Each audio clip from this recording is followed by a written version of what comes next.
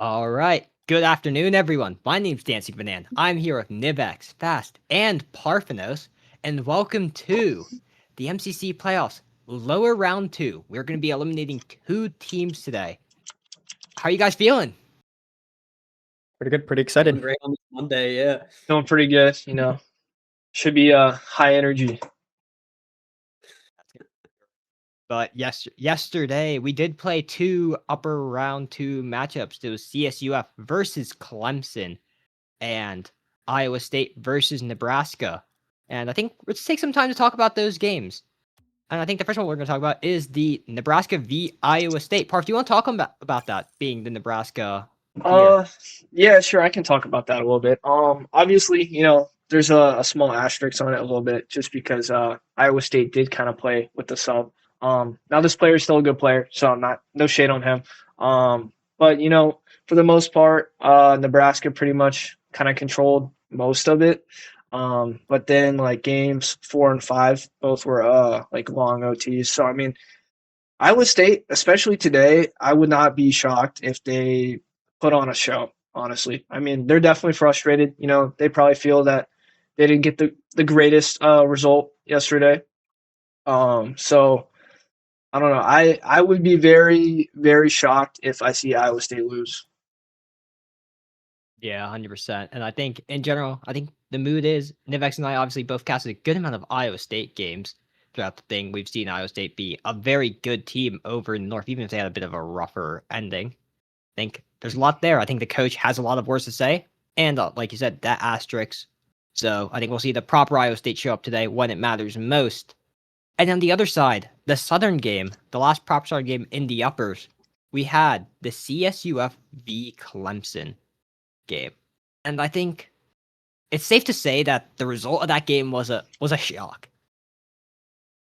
Yeah, I feel that was a big shock for a lot of us coming into this. We felt that Clemson had a decent amount of momentum coming into the playoffs, and obviously, first upper round ended up taking that, keeping themselves in for that upper round 2. But CSUF really showing up, showing that they are number 1 in the Southern Conference for a reason, and it's going to have to be up to Clemson in this case to bounce back, even though we kind of thought, Clemson was the one that was going to be, sort of sweeping through this upper rounds. Yeah, I think it's fair to say. I also think a big thing is we got to praise CSUF, right? This is a team that we were saying simply, especially after we watched upper rounds 1. We had question marks about them. And then all of a sudden, they came in here against the hardest opponent that they've played, I think, genuinely since probably non-conference, I'd say. It was the strongest version of a team we've seen. And they dismantled them. It was the old CSUF, quite possibly. I think it was a team that, shut everyone up. It shut me up, for a matter of fact.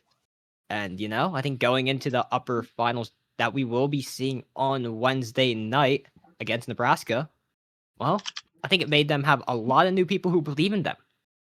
But I think let's talk about the teams in the lowers. I think if we can bring up the bracket, we can show everyone who is left properly and the matchups. I think we all believe there's some team down there between Kansas State, Washington State, Iowa State's not shown there, and Clemson, who's still up there, but are in the lowers. I think it's fair to say that we all believe that one of those teams can properly go on a run. There it is. I think we all believe one of those teams can properly go on a run to make it to the lower. So I think let's go around. Let's see. Does anyone think which team, like Iowa State especially, can make it on a run? Because I think someone here is an Iowa State believer. I absolutely think Iowa State can make it on a run. I did predict them to beat Nebraska in that upper round matchup. Unfortunately, they did not come through. Nebraska is just such a powerhouse in this league, and they're really redeeming themselves toward the end. So I saw that one as a possibility as well. But Washington State, they were kind of on a K-State like trajectory where they started off looking stronger, and then faded a little bit. Now they did knock out that 2 seed OKWU in that first round matchup, in that lower round 1 matchup. But I think Iowa State still has some steam left in them, and they could certainly make a run at least to the loser final and hopefully to the grand final even. Yeah, definitely. Well, and all things considered, I mean, I don't want to start calling shots a little too early, but I wouldn't be surprised if we see a rematch of that Kansas State Iowa State coming into the next lowers that we'll see after these two. I think it's one of those two teams, all things considered, that can really pull it through and take it the entire way. If I had to pick, I'd probably go with Kansas State. I feel like some of the solid play that I've seen with them throughout the entire season would kind of nudge me in that direction, but I don't know, a lot of solid teams down in these lowers that can make good runs. Oh yeah, definitely. I'm- Oh, sorry. No, you can go for it, bro. Go Okay, for it. I wanna hear okay. what you thought. I'm kind of on board with Nivex a little bit, but one thing I do want to say is I think in this matchup, like that we're about to watch between Kansas State and Clemson, I would say these two teams would probably be the teams I would not be shocked to see in the lower final or even in the final match. Clemson, they looked a little shaky against CSUF, but that's kind of something we've grown accustomed to with them. Is they will look really shaky and then have absolutely dominant and very impressive games. So, I would say whoever wins this match, I mean, don't be surprised if we see them playing for a championship, and that's my personal opinion there. Yeah, well, I think cycling back to the first person talked fast. I'm going to go with him. I think Iowa State might be a team here that makes the run. I think they've already beat Kansas State when it mattered extreme more. Obviously, they lost in game 5. Those two teams are just neck and neck. If either of those teams make the run, I would not be surprised, right? But I think Iowa State, they just have that bit of that edge, and I think when you're down here in the bottom and you have that coach, I'm saying the coach buff again. I've brought it up every single time we've mentioned this team, but I think when you're down here in the bottom and you have some person out looking in for you who's not in the game with you, it just helps so much keeping you grounded. And I think that's going to matter so much more in these games where every game feels like you're a step closer to death's door. But I think with that, I think we're getting closer to game time. So I think the first game of the day, it's going to be Kansas State versus Clemson. So we're going to be seeing that. The North v South matchup we will be having today, starting at 7 Central, so less than 10 minutes to go there. I think let's go around. I'll start with my predict of who I think is going to win.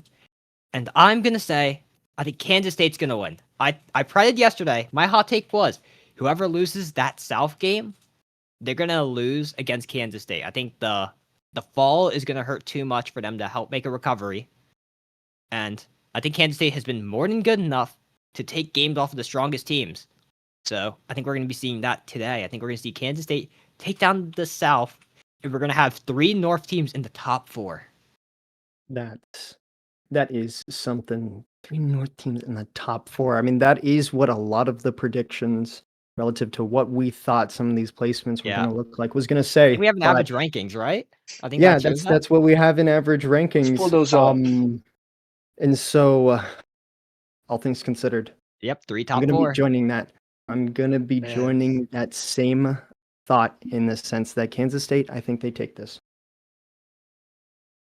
Well, I will be sticking faithful to my bracket. I was perfect up until yesterday.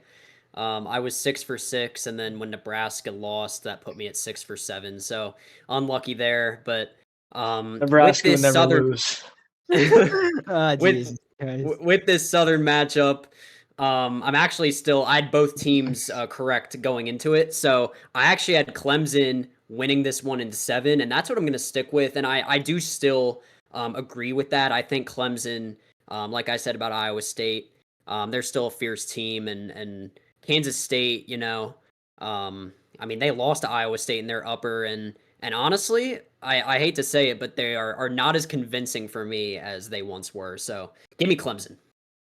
Okay. I mean, for me, Clemson for sure has been one of my top teams in the South. One of my favorite teams. I have good friends on that team, but I think K-State's resume is just a lot better. Especially starting 7-0, and then I mean their 2 losses I believe were against some really good teams, Nebraska, and then they also lost to Penn State, who, well, they didn't make playoffs, really great roster. So I mean, I think K-State's they're angry at that Game 7 loss, and I mean I think they're just they might come out even in a dominant fashion.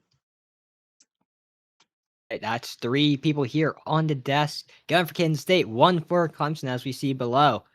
And what about the coin? The little 50-50. The guy who's been absolutely horrible in the regular season. For those who don't know, the coin went around 30% on the Preds. And I think, did he get it correct yesterday? I don't know. I do I think not so, remember. didn't it? I think so. Okay. I think it betted Yeah. CSUF. Okay. Yeah. Okay. So the coin Cool. improved his record yesterday, but So does it improve its record today? Kansas State will be the blue. Clemson will be a signature orange on the thing. Let's see what the coin gives us. it's gonna be Clemson. Oh, not alone here. Unfortunately, Bennett is on the bad side with the coin here. Maybe Coin it's nose ball. coin nose ball. I don't believe that. I think But- we have a lot of stats that kind of prove otherwise, but yeah. Yeah. But I think before we get into the casting booths and the game itself, I think let's talk about like some of the players who I think we need to watch out for coming up into this series. I think the big guy is going to be Beans, right? I think Beans, it wasn't horrible yesterday in that CSUF thing, but it was just, it did feel like at times he was very alone, and it did feel like times he did make mistakes when he needed to play a bit of hero. I think in general, Beans is probably one of the best players in the entire league. He's closer to Jarda than I think anyone else is. So I think you gotta expect him to be the guy to step up for this Clemson team to help make them have the run.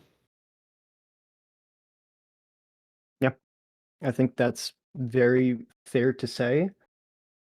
It's just going to be tough. I think that's the simplest, yet I'm sure there's a ton of complications to go along with it. The simplest way to say it is Kansas State team, I think.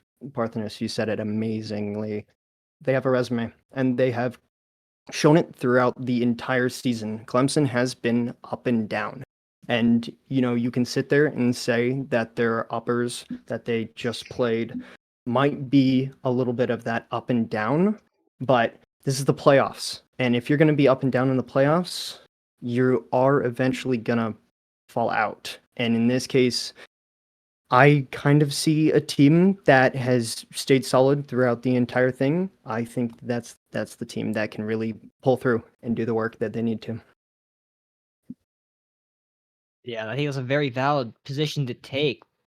And I think one of the big things is also that we don't highlight enough is this Kansas State roster is full of players who alone can make the work happen, right? I'm going to point out, I think, especially Alien Techno. I think this guy's been really good in the games that I've seen from him, and he's been like just a constant, solid player. At times he's made mistakes, but in the end, he will redeem in the games. I remember in that Kansas State Iowa State game, I remember he made a really crucial mistake one of the games. I don't know if it actually lost him it. I believe it did. It was like a whiff that led to an Iowa State goal.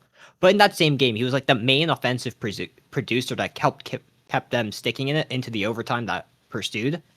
And I think in general, he's the guy to watch out for Kansas State. But I think the other 2 players are especially worrisome also on the Kansas State side. It is a 3-headed Hydra for them. And we've seen that all throughout the North. There's a reason we thought they were the best for a very long time. But I think if no one has anything else to say, I think we're about to go into the casting booth and get ready for this game. I want to point out another player. Okay.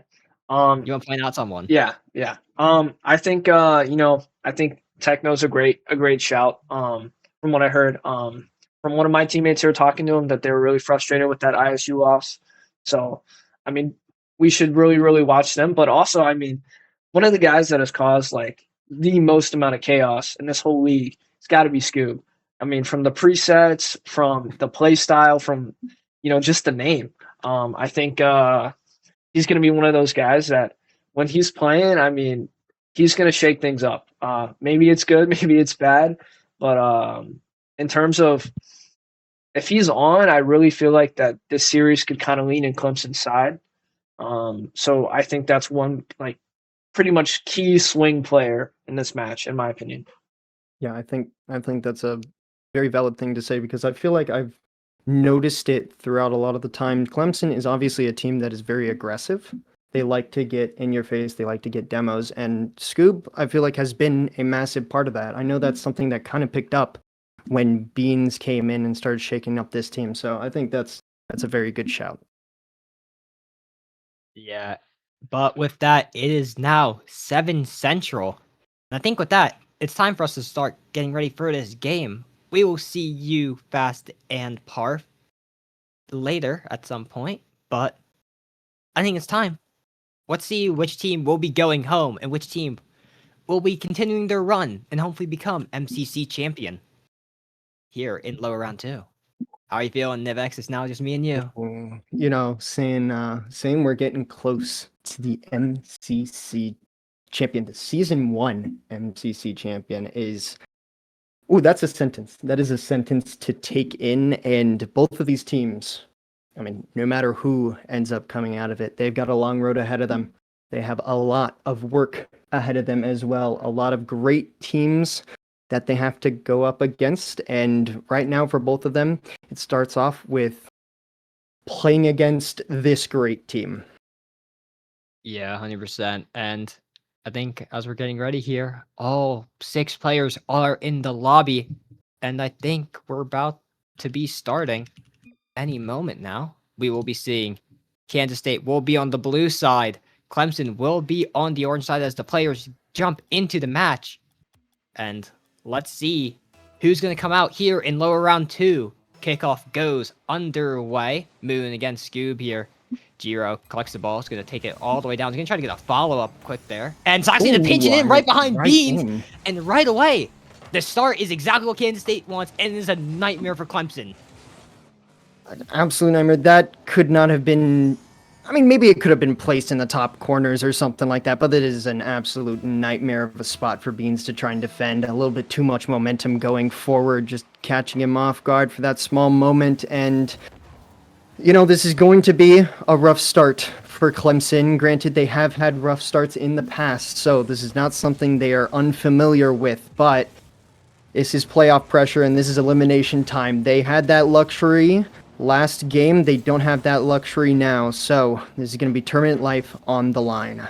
Yeah, Alien Tech comes off the Jiro. Is that going to be a shot? Scoob, huge save. Gallium's able to get the clear past the Moon, who's going to be the third man here, but will miss, actually. That's also a miss. Huge there. Gallium had his best moment, and I think something I'm going to mention is, in the MCC, there has still not been a goal in 10 minutes for Clemson. Obviously, it's now a different series, but the streak continues as Moon is able to finish up Alien Techno's 50. Good follow-up here. A little bit of a, I think, a little bit of a sidewall, back wall mishap happening there. Another put off of the post. Just well lined up. Jiro getting a little bit in the way. All lined up really well for Kansas State there, as they're taking a 2-goal lead in this first game, and they're starting to sit pretty comfortable. Yeah, Gallium, though, is going to have the ball here. Low boost.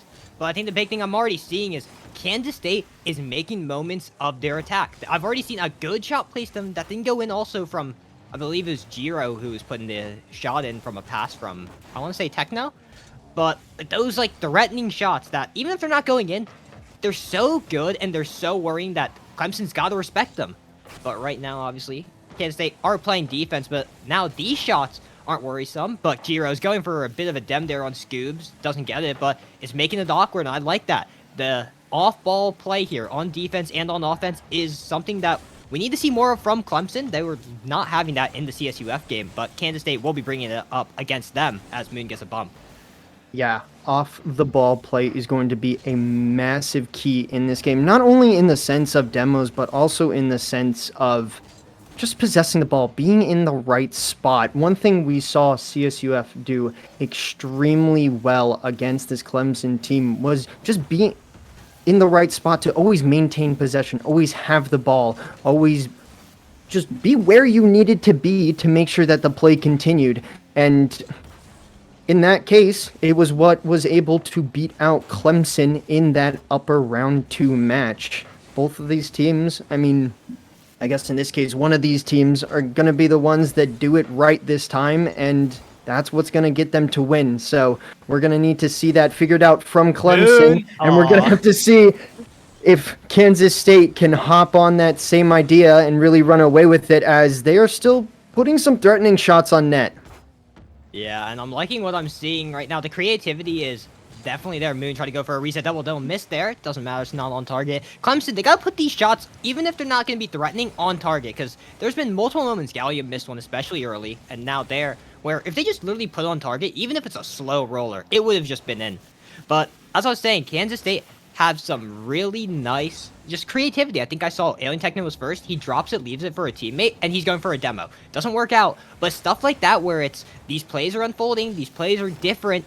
There's no one-dimensional side to Kansas State. Giro tries to put something, won't even be close. Beans, though, will be clearing this back out, but gets met by Moon, and he used up all his boost for that, so it's going to be a bit awkward. Shot there from Scoob, gets put into the corner by Techno, who clears it out straight to Giro, who's not going to start his own counterattack, but no, bad touch, tries to go for a bump instead. Will get met by Techno now. Go for the double? No, he can't. Moon's not there. Tries to go for a bump. Gallium dodges it, gets the clear, and we'll have it set up for Bean, who's able to score, and 1-goal game. Clemson still down. Clemson's still down, but it's only by 1, and that is what you want to see. Sometimes teams have a little bit of a slow start coming into a series. You know, we don't know how much these teams scrimmed. We don't know how much warm-up time these teams have, but right now, this first game is all about getting your feet set so that when it really comes to the sprint, you're ready to run. Yeah, right there, though. Gallium's going to try to end it all. No, he cannot. Beans will get the beat.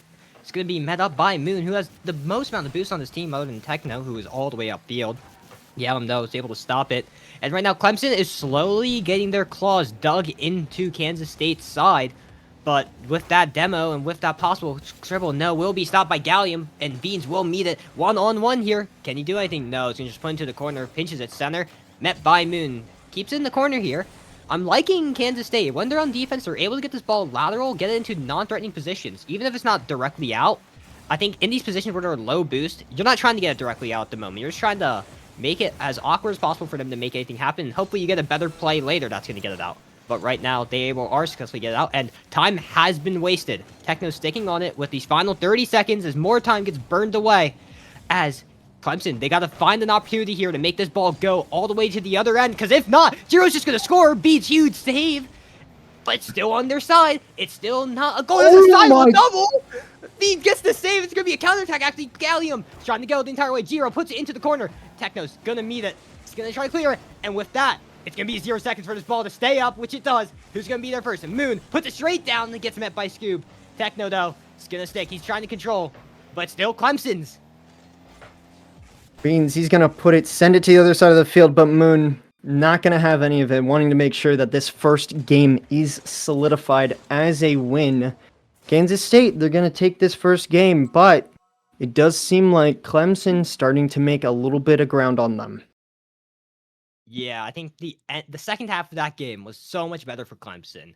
Obviously, though, Kansas State, they came out swinging. They came out warmed up, and it worked out really well. They had 9 shots compared to Clemson 7, so not too dissimilar, but I want to look at that saves amount. That saves amount was 7 for Clemson. They were saving everything that Kansas State didn't put in the back of the net. Kansas State only had 2 shots, so a couple of those shots were just straight up misses by Clemson, or maybe it just wasn't a save registered, but it's just, in the end, I think Kansas State had such a good offensive mind. I love the creativity. I love the shot selection. I love how they're developing their pressure. I love the physicality that they were showing. I think it's a really well-balanced team, and I think, in general, I think Kansas State played a better game of Rocket League. I don't think that's an unfair assessment. I really liked what Kansas State was doing with their first man. I think this is something that you pointed out as the match was going on, that the first man, a little bit sort of speaking to that creativity you were mentioning, the first man was doing more than just getting a 50, getting a shot on net, or hitting it backboard. Like, they were moving around and threatening bumps, or doing something to disrupt the other team, or maybe even getting upfield for, you know, a quick 1-2. We almost saw it result in a goal that would have gotten Kansas State up by 2 again in the series. They're doing stuff with that first man that Clemson right now is not. And Clemson has either got to figure out how to deal with that, or maybe do a little bit of that themselves in order to get themselves into this series. Yeah, there's a bit of a team bump there, but I think something already that I saw as the beginning of this game has gone underway is that Moon has stolen the top upper left boost. It's been a bit while, and obviously Clemson has been on attack, so it doesn't really matter. There's going to be a shot there. Moon, can you save it? Yes, he can. The bump does not come through. But yeah, I like that from Clemson, but that clear is going to stop things very quickly. But Gallium's able to control, is able to slow it down, buy time for his teammate. Scoob now in the Fennec will be here. Gets a demo. It's going to make things a bit awkward, but Techno's the guy on the ball. Gets a bump on Beans, who will not be able to do anything now with that play. won't be able to do anything with that play. And I mean, all things considered, Clemson, they're still here and they're maintaining pressure, at least in this corner. But one thing I feel like is worth noticing, or at least pointing out, is that they seem pretty spaced out. I feel like I've had to see a Clemson player like really stretch themselves in order to reach a ball that was just 50'd or just tried to like take possession by a teammate. That's not what you want to see. I mean, right now on defense, they're all on the back line, but on offense, you've got to trust your teammates. You've got to be a little bit closer. So that shot almost goes on net. Might have an open net. Beautiful save from Gallium, and we're going to remain scoreless in this game. Yeah, back pass though to Moon. He's going to be up. Beans will stop it, but there is a very long time there. I think Kansas State had no boost. It was odd, because they also had no boost while on the offense. It was odd. Techno especially, I think, was the one I saw, but in the end, they make it work. There's a steal, actually. As I'm speaking, there's a trade out in demos. It's going to be a temporary 2v2. Techno puts a high. Gallium will meet it. Will be a 50 in the sky. Won't be really favorable, but will get met by Techno. Puts it straight into the corner. Gets a steal. Gets a demo. And suddenly, things are looking dicey here, but Beans, high flick, tries to get a bump. And, okay, there it is. There it is. I was about to say... but as it keeps on going, and the ball's back into the Clemson side. And there's so many more demos happening as we're speaking. There are definitely a lot of demos that are happening right now. Although Giro is going to be able to get that center. Moon trying to get a 50 on Gallium, but a little bit too strong for him to try and keep it in front of the net. Although Moon, he's going to take possession off this sidewall. He will get it past Beans, who's sort of pre-jumping him. Not going to be what he wants, though, as this ball, yet again, just kind of lobbing into this Clemson side. There have been some moments of possession from Kansas State, but even in these moments of like, oh yeah, we just need to clear the ball out, I feel like Kansas State has been tackling, or at least attacking the ball pretty effectively, and that's what's helped them stay in this, even with those moments of like, oh yeah, we're low on boost, we have to send the ball out, we need to try and get some kind of relief of pressure. They've just been able to manage it really well.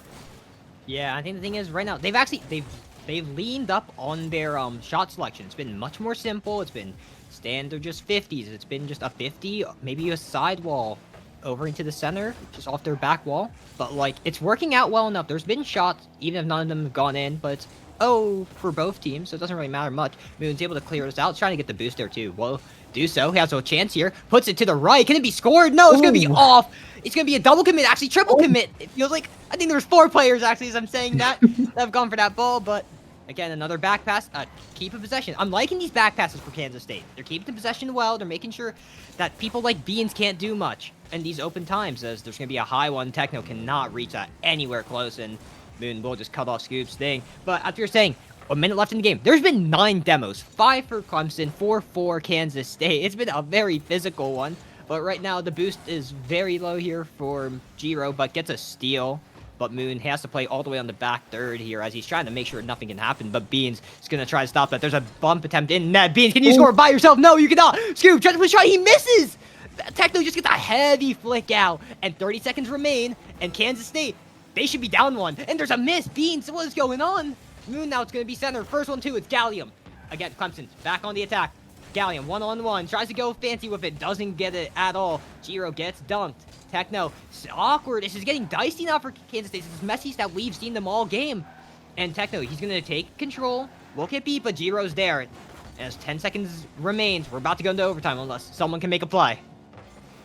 I don't know with that awkward pop. Scoop is going to have to push it out to the side. Alien Techno jumping on the opportunity, but it's not quite going to stay up, which truthfully I don't think either of the teams are going to be upset about. There was definitely a weird balance going on of who was going to gather that momentum, although Giro right now, he's going to get a flick, putting it a little off that will get it past the defender, and Alien Techno eventually going to be there for it. Beans, he's going to clear it out, but Giro's already there, maybe putting a shot on net, not quite meeting the post or crossbar, that awkward, nice right corner up in the top right, but they're at least maintaining possession now. Yeah, but that shot's not going to go in. It's going to be Beans' turn to go for it. Will just get heavy cleared out. Moon will meet it. There's a demo. Don't really know how Beans got that one. Feels like he hit the side of them, but, you know. or got hit from the side instead, but Scoob will take control. Uses a lot of his boost to get this 50, will be lateral to Beans, who good control, but that Moon 50 there will be very favorable for Kansas State as Moon tries to get a reset. No, guess what? Dunk! It's not in! That's Giro score! 2-0 up! Kansas State after a minute of overtime. I think this calls back to some of the simplicity that you were talking about relative to their shots. This was just a solid 50 that rolled in front of the net that they were able to take advantage of. Sometimes in Rocket League, you just gotta play the game in the way that it'll let you play it. And right there, Kansas State just getting the 50 they needed, jumping on the opportunity they had, and maybe with a little bit of chaos in regulation, we have another Kansas State win in overtime. Yeah, and I think that was a really good game from Giro, I want to point out. That was just really solid. He was making all the right moves. I think Moon was also really good. He was on defense a couple times, and it was so sketchy. And he was just able to pull them out. I think this was Kansas State's game that they lost. There was some opportunities that they had. I think the big one comes in regulation. Scoob just missed an opening that Beans made. If he scores that, I think it's wraps. It's going to be a 1-all series. But instead, they only had 4 shots, half of what Kansas State had, which is so odd because I felt like Clemson had the much stronger pressure in this game, would you say?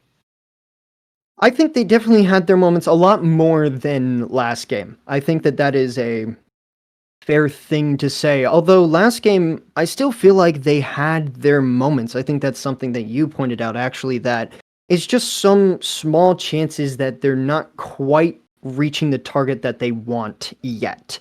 And it's something that is plaguing them. And truthfully, you could probably look back to their game against CSUF and maybe even say the same thing, because at least in those beginning matches, they were close. It seems like it's the same thing that's happening here, but they've got to get it figured out because we have game 3, and if Kansas State wins this is match point.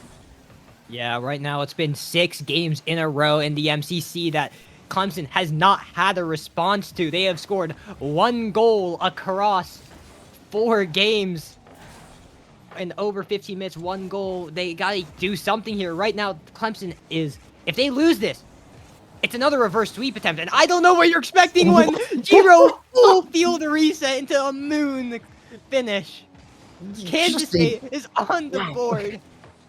Just a beautiful control there from Giro, able to take it at least to the front of Clemson's net, and just a little bit of assistance there from Moon to 50 that in, and Kansas State, they're up again, and they don't look like they're letting go, not even in a whole other game. Yeah, well, right now we were having a bit of question marks about Clemson. Oh, Scoob. Okay, I mean, Parf was talking about it on the desk. Scoob is the guy, the agent of chaos, the harbinger of it, you could say. But right now, it just feels like he's been just quieted down. And right now, Techno has the ball. He's going to put it up high. We'll get a second go. Where's the first man there for Clemson? It's just, there's so much time that ball's in the air. But Kansas State, no. There's going to be no challenge there from Clemson. It takes seconds upon seconds for them to even reach that ball. Again, there's no one nearby. Giro has plenty of time to do what he wants. Beans finally gets a challenge off of an awkward touch by Giro. And maybe Gallium makes a shot here. No, it's not even on target. And it just feels like, again, it's just, there's ineffectiveness in Clemson that Kansas State doesn't have. And that's why they're up 2-0.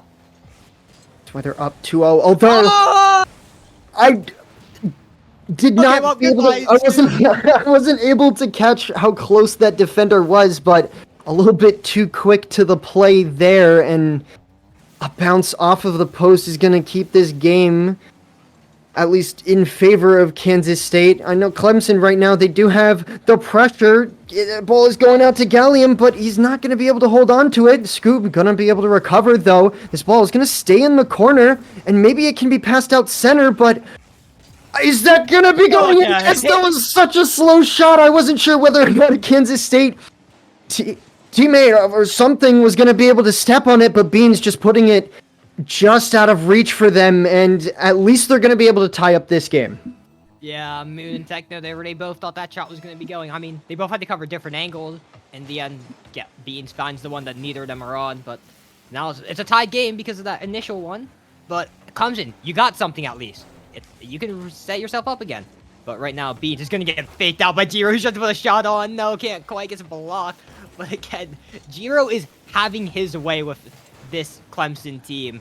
As Beans clears it over to Scoob, we'll get met by Beans again. Giro gets the 50, won't be the best in the world, but there's no boost here on Beans. There's actually not really that much of a threat, all things considered, even if Kansas State doesn't know that.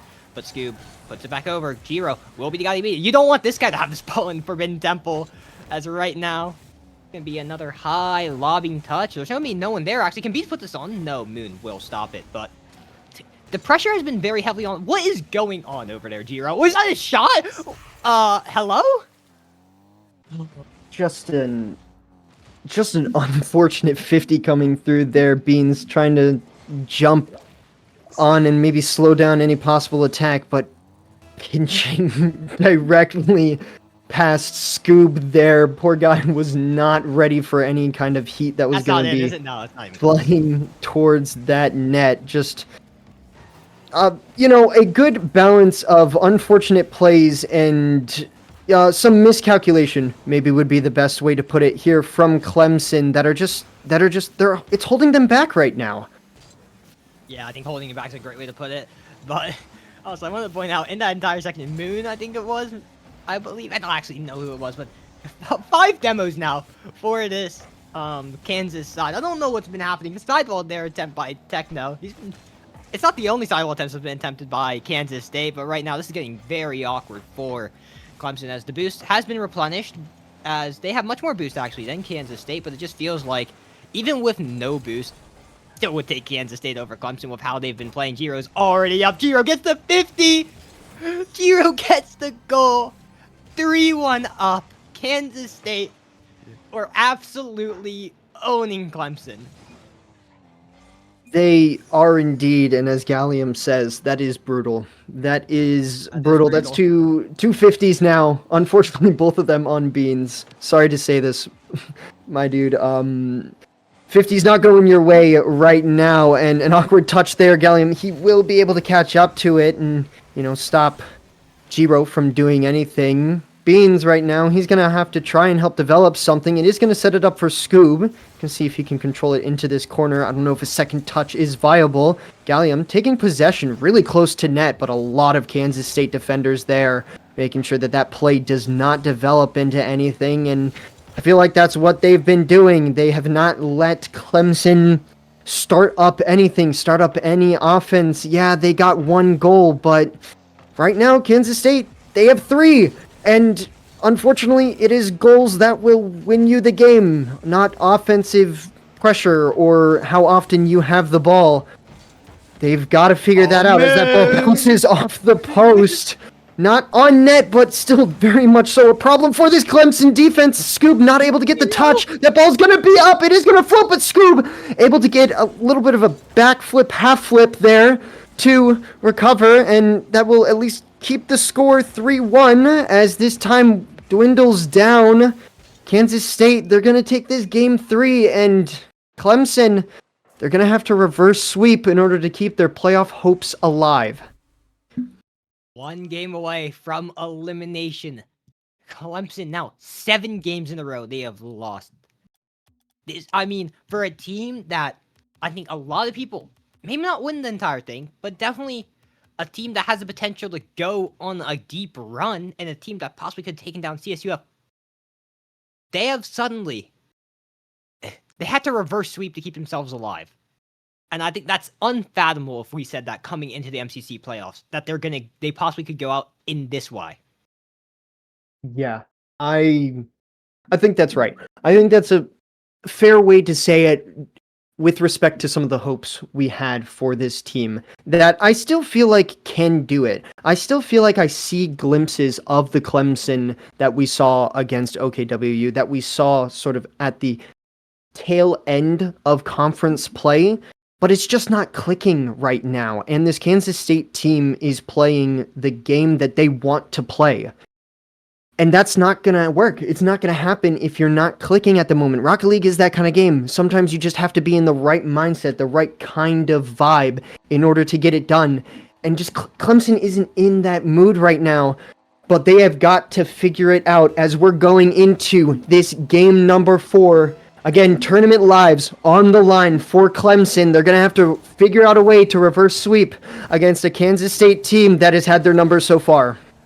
Yeah, it's been a bit of a minute here for Beans to recover after having 2 unfortunate 50s. Moon's gonna try to put it in, but Beans, was a minute enough for you to watch enough fire burner VODs to be able to recover that? But right now, it doesn't matter because they're actually on the defense. Scoobs in the corner. There's 2 in the corner. Beans, no boost. It's starting to get dicey here. A center put there by Moon. No one's there. No issues though. Techno's gonna just grab it. He's gonna try to go for a double there. Won't be on target, but a double commit there. Scoob is a bit panicky. He's been a bit panicky this game. I feel like this has been a weak game from Scoob, and unfortunately, it's coming at the worst time as Jiro. He had this ball all the way back, but it doesn't matter. There's a miss there from Gallium, and there's gonna be a 50 to keep this ball on the orange half. We will see a shallow lob, I feel like is a good way to say it, from Clemson here, although they are putting some sort of threat on net, and Beans is going to capitalize off of a bounce from the post. Looks like that last Kansas State defender, I think it was Alien Techno, not quite able to get there, and could this be the turnaround? Could this be a moment that Clemson starts getting into this game, all things considered? Game 1, they did start, was it game 1 or game 2? They started off with the scoring, and Kansas State still able, it was game 2. Kansas State was still able to pull out that game. They've got to figure out a way to hold on to this lead, because so far it does seem like they have yet to do it, as this will be extremely awkward in front of their net, but Jiro is going to collect. Yeah, but the thing is, it might be one moment here for Clemson, but it's been multiple minutes for Kansas State where they're able to make offensive happen. Jiro has a chance here. Gallium will get a pass, but Moon will be meeting, puts it infield, and will get met by Scoob. But again, the physicality there. Jiro gets a boost steal. I believe it was, and Scoob has no boost. Is going to actually have to take all the way on that side. It actually works out favorably, but he misses the ball. And there's 2 demos there for Tech. There's actually Scoob, only 1 left. Is able to keep it well. Is able to buy time for his team. And actually, they're going to somehow stick around on offense. What in the world are you doing, Kansas State? You had a 1-on-3 there, and you somehow never cleared it out. But Jiro's trying to go for a sidewall double. Tries for a bump there. I think does so successfully. Finally, they get it out, and it happens to happen with a player gone. And, though, again, Techno, I'm sorry, has switched to the Fennec. Yes. He's been in the Yes, Octane. he has. They've won 3 games in a row, and he's decided to switch car up. I mean, go for it if you're feeling that's the change you need, but if they lose this game, I will be blaming you. That's why. We'll be blaming the car switch. Can I be blamed? No, I think that's 100% valid. Although I still feel that Kansas State, they're playing with a lot of confidence right now. And even a goal down, I think I'm calling back to just a few, if not just a minute ago. I think Moon was pre-jumping one of his teammates clearing the ball off of the sidewall as they just are confident in what they're doing. And right now they're getting away with what they need to get away with, but Beans might be thinking otherwise. Yeah, it's a 1-on-1 opportunity. Techno does not have boost. He has to challenge early. Beans is able to flick that even with no boost. And suddenly, 2-goal here, Clemson.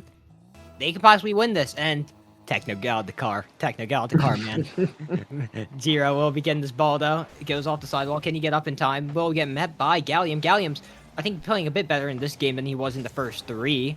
And I think Kansas State, they've slowed down. I think this is definitely the weakest of the 4 games that they've been playing. I haven't seen the creativity. There's a double demo there from Gallium, but Moon is able to hard 50 that through. Tries to get a beat there. Beans, though, gets past 2. It's going to be a shot. Techno, that was an open net that just got missed. That was the best chance that Kansas State had all game. There's been 6 shots from them. Surprisingly enough, Clemson's only had 2, but 2 has scored 2 goals, so they don't really care. But right now, Techno sticks with the ball. It's a 1-on-1 opportunity. The entire team's back now. Won't matter. He gets a 50-on-1. Gets 50 on another, will be very good. Teammates not there, will be Clemson to clear it back out. And Beans is able to get the 50 and keep this on the Kansas State side. And right now, Clemson is playing the much better game of Rocky than we've been seeing all series long. And we have been seeing in multiple games. This is possibly their best. But I think it's honestly the best because it's Beans' best. I don't think I've seen enough from Scoob and Gallium, even if they haven't been having the weakest game I think we've seen. They've been playing pretty alright. Yeah, I think it's very fair to point out that they've been taking advantage of some of the opportunities they've been missing out on in their previous games, as Scoob gets a beautiful save there, able to make sure that they keep this 2-goal lead. Another demo, making sure that that offensive pressure just completely disintegrates, as Beans, he's going to be waiting on the wall for that clear from Moon. Scoob going to possess it on the sidewall, but Jiro very ready for it. Kansas State, still lurking, but Clemson very much so holding on to this lead. A much needed improvement from these past few games. Yeah, and Kansas State, they're going to try a goal here. Scoob, I think, has got the save. It's very awkward. Jiro's very unwilling to dive on that one, which, I mean, fair enough. But at this point, you should have taken your goes as it's the final 10 seconds. And if you're going to stay in this game, you need a goal now. But as the clock has winded down, Clemson, in 8 games, you've finally gotten your first victory. Will it become more than just one? Or are you just only stopping the sweep from happening? I guess we'll find out in the next game. But it's the start that you need. It's the start of a 4-game streak that you need. Yeah, I mean, this game is the most important game. And then, well, the next game is going to be the most important game. You have a lot of important games coming up right now to keep yourself alive, and Clemson are starting to go in the right direction, at least, taking advantage of those opportunities that they weren't really seeing through in some of the other games, and we're, again, starting to see glimpses of this Clemson team that we know can do something, that we know can make a deep run into these playoffs. It might have just been a matter of time, a matter of playing a few games, unfortunately losing most of them, but nonetheless, Clemson starting to show up. Well, I think it's a fair reminder to say that it could also very well just be a game being taken off. I think we've saw this same thing, I want to say, in the CSUF Texas Tech. I don't know if it was a 3-0 up CSUF with Texas Tech win. It might have been a 2-0, then 1, then 2 more. But we haven't seen a reverse sweep in the playoffs yet. There hasn't been enough games for that to be likely, to be fair. It took all the way up to week 8 for there to be a reverse sweep in BO5s over in the regular season, but it's very... I mean, that's what Clemson's got to do, right? You got to do the unprecedented to make something happen here. As Kurt says, yo, as we go into Game 5. Thank you very much, Gallium. As we go on, Techno tries to put a shot. No, it won't be close at all. It's going to be met up by Beans. Uses all his boost, but Moon will deny it. Gallium gets beat, but gets a demo as his reward. But Jiro will have no issues to put that into a corner safe. But Clemson already starting off with the pressure, but there's a team bump. It's going to make it awkward, but... already, Clemson, they're not forgetting what they had last game. They are sticking around as Scoob tries to put a shot on Gallium. It's going to be high. Scoob, second go. No, he won't. He's just going to get a reset, and Techno's just going to clear it away. But right there, Clemson, they had a chance. It's not going to bite them in the back. No, Beads can't get the double. Gallium's going to stick around. He's going to get the boost deal. This is getting dicey. Techno's the only one with boost. Techno gets the clear. Won't be good. Will get met. Beans gets a bad flick there, though. And Jiro's going to try to clear away. But right now, it feels like the first man's not meeting up. It's getting one touch and one go. And right now, with how the things have been, you can't be doing that. But heavy Techno, heavy touch, heavy chance, is a goal? Oh. What in the world? Just... I don't know if this was a miscomm or just indecision there from Beans. He started going up for that, but a little bit of a last-second decision to try and get back on the ground to catch up to it, and it's not gonna be what he needs, as I will point out real quick that Gallium is just putting this on net. I was gonna say something completely different, but Gallium finding his opportunity, taking his shot, Jiro backing up instead of challenging, and, you know, a defensive mistake is gonna get a little bit of a recovery here as we're back to a tied game. Yeah, Jiro opts to go parallel with the net instead of shadowing, and he's just gotten instantly punished for it. You gotta practice the ones, man. Gotta get into the shadow defense. It helps in those situations. But right now, Moon's gonna stick with this ball, trying to 50 Beans. Will go center, gets met by Techno. Scoob, though, will also be there with a 50. It's all the way downfield. Jiro, though, gets a clear over. Double commit there from Scoob and Gallium. As Beans is gonna try to redirect. No, just fakes it off. Will get met by Moon, who puts it over to the corner for Jiro. It's gonna be a very vertical touch that gets absolutely dunked on. So Jiro puts it over to the other side. He's gonna go collect the back left boost. And right now, Kansas State, they're kind of in that same thing again, where they're having pressure, but I feel like this is pressure that they've kind of had in Game 3, where it is pressure, but it's controlled pressure. It's pressure that they're okay with, because they have controlled the ball when they're dealing with this. So it doesn't really matter in the end that much.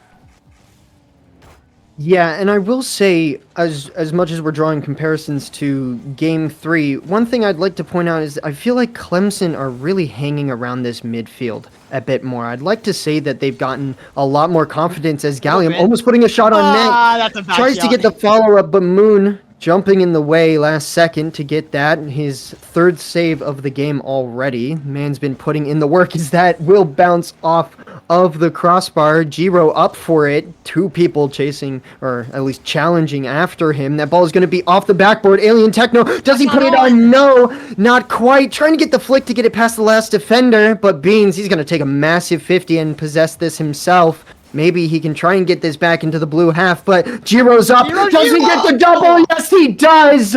And Kansas State are going to take the lead. Yeah, sees the 50 there, goes up so quick, beats out Gallium, and just gets the nice double end. It's 1 goal up for Kansas State. I mean, what a play by Giro. Just exactly what you needed to see when the opponents, they seem like they're starting to get a little bit of ground on you. All of a sudden, you pull out a nice solo play. We saw Giro earlier on in this series. He was the man of those first 2 matches. First match for sure, I can definitely say. And you know what? That's what Kansas State needs. They need someone who's going to be making those kinds of plays, who's going to be sticking his neck out and maybe taking on a few defenders, or maybe working to just get some awkward touches that a Clemson defense just cannot manage right now.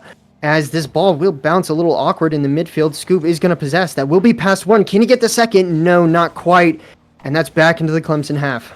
Yeah, but Beans was able to get the boost, able to get the possession. There will be a double commit there from Kansas State, but they're able to rotate it back quick enough. It's not going to be an issue. This ball's going to roll up high. Giro does not get the boost he was aiming to get, so it's actually going to be Gallium's attempt for a double tap. Can he get it? No, will get missed. Beans has to put a shot. What a save by Giro. This guy is on a mission in Game 5, as he's able to clear this out all the way by himself, and it's going to be a shot that has to get saved by Scoop. Heavy pre-jump there by Alien Techno. Gets a bump on Scoop to make sure he can't do anything, but Beans just going to put a shot because Moon's missed. It's tied up with a minute to go.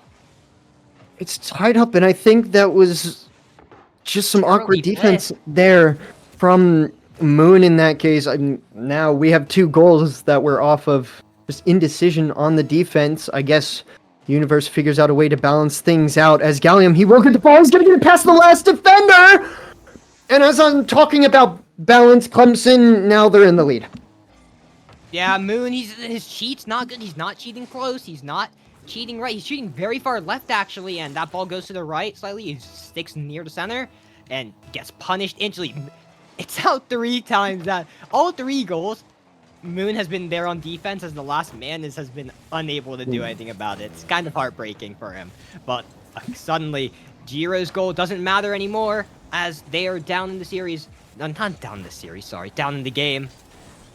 But right now, Moon's going to collect this ball, puts it up to the center. He's going to be up first. It's going to be a double commit. Yeah, but Beans will be the first one to meet it. Giro's on his own, has to play time here. Gets it past 1, gets actually bumped down to the ground, sticks around for the ball. Sees Moon, flicks it very far, but Moon will stick around. Doesn't get the pinch, but Beans will put it high for him in return. Scoob has to dodge a demo. 30 seconds remaining. Clemson, they might get their second game here unless Giro has something to say about. Gets the reset. Can he do anything? No, Gallium will stop it, but Moon, again, gets a bad touch here. It's going to be met instantly by Bean. It's not really what you want. As Moon misses! Ooh. Moon! Oh no, I don't want to say that last goal might have, or I should say the second goal might have gotten to him, but we're having some mistakes coming through on this Kansas State team, and it's really starting to show that, yeah, those first 3 games, they were unshakable. But for these most recent 2, I think this Clemson team might have an opportunity to get back into this series if we start seeing some of these nerves really taking over this Kansas State team. I think the worst part about it all is I think every goal can be associated to some direction into Moon. And I think we gotta hope that he doesn't take that into mind. I'm not trying to be toxic, okay? The first goal was just not the best defense in the world. He goes, the second goal, what was the second goal? I don't remember the second goal. There was a kickoff goal in there somewhere. Oh, Moon backflipped as well. Yeah. That was their goal. And then Moon also backflipped when he should have got stopped. Yeah. And then Moon also then just missed the backflip there, and then, yeah, okay. But yeah, I mean, it's a heartbreaker, right? Yeah, thank you, Scoop. Love these casters, too. Love you too, Scoop. But, I mean, the team's got to just there.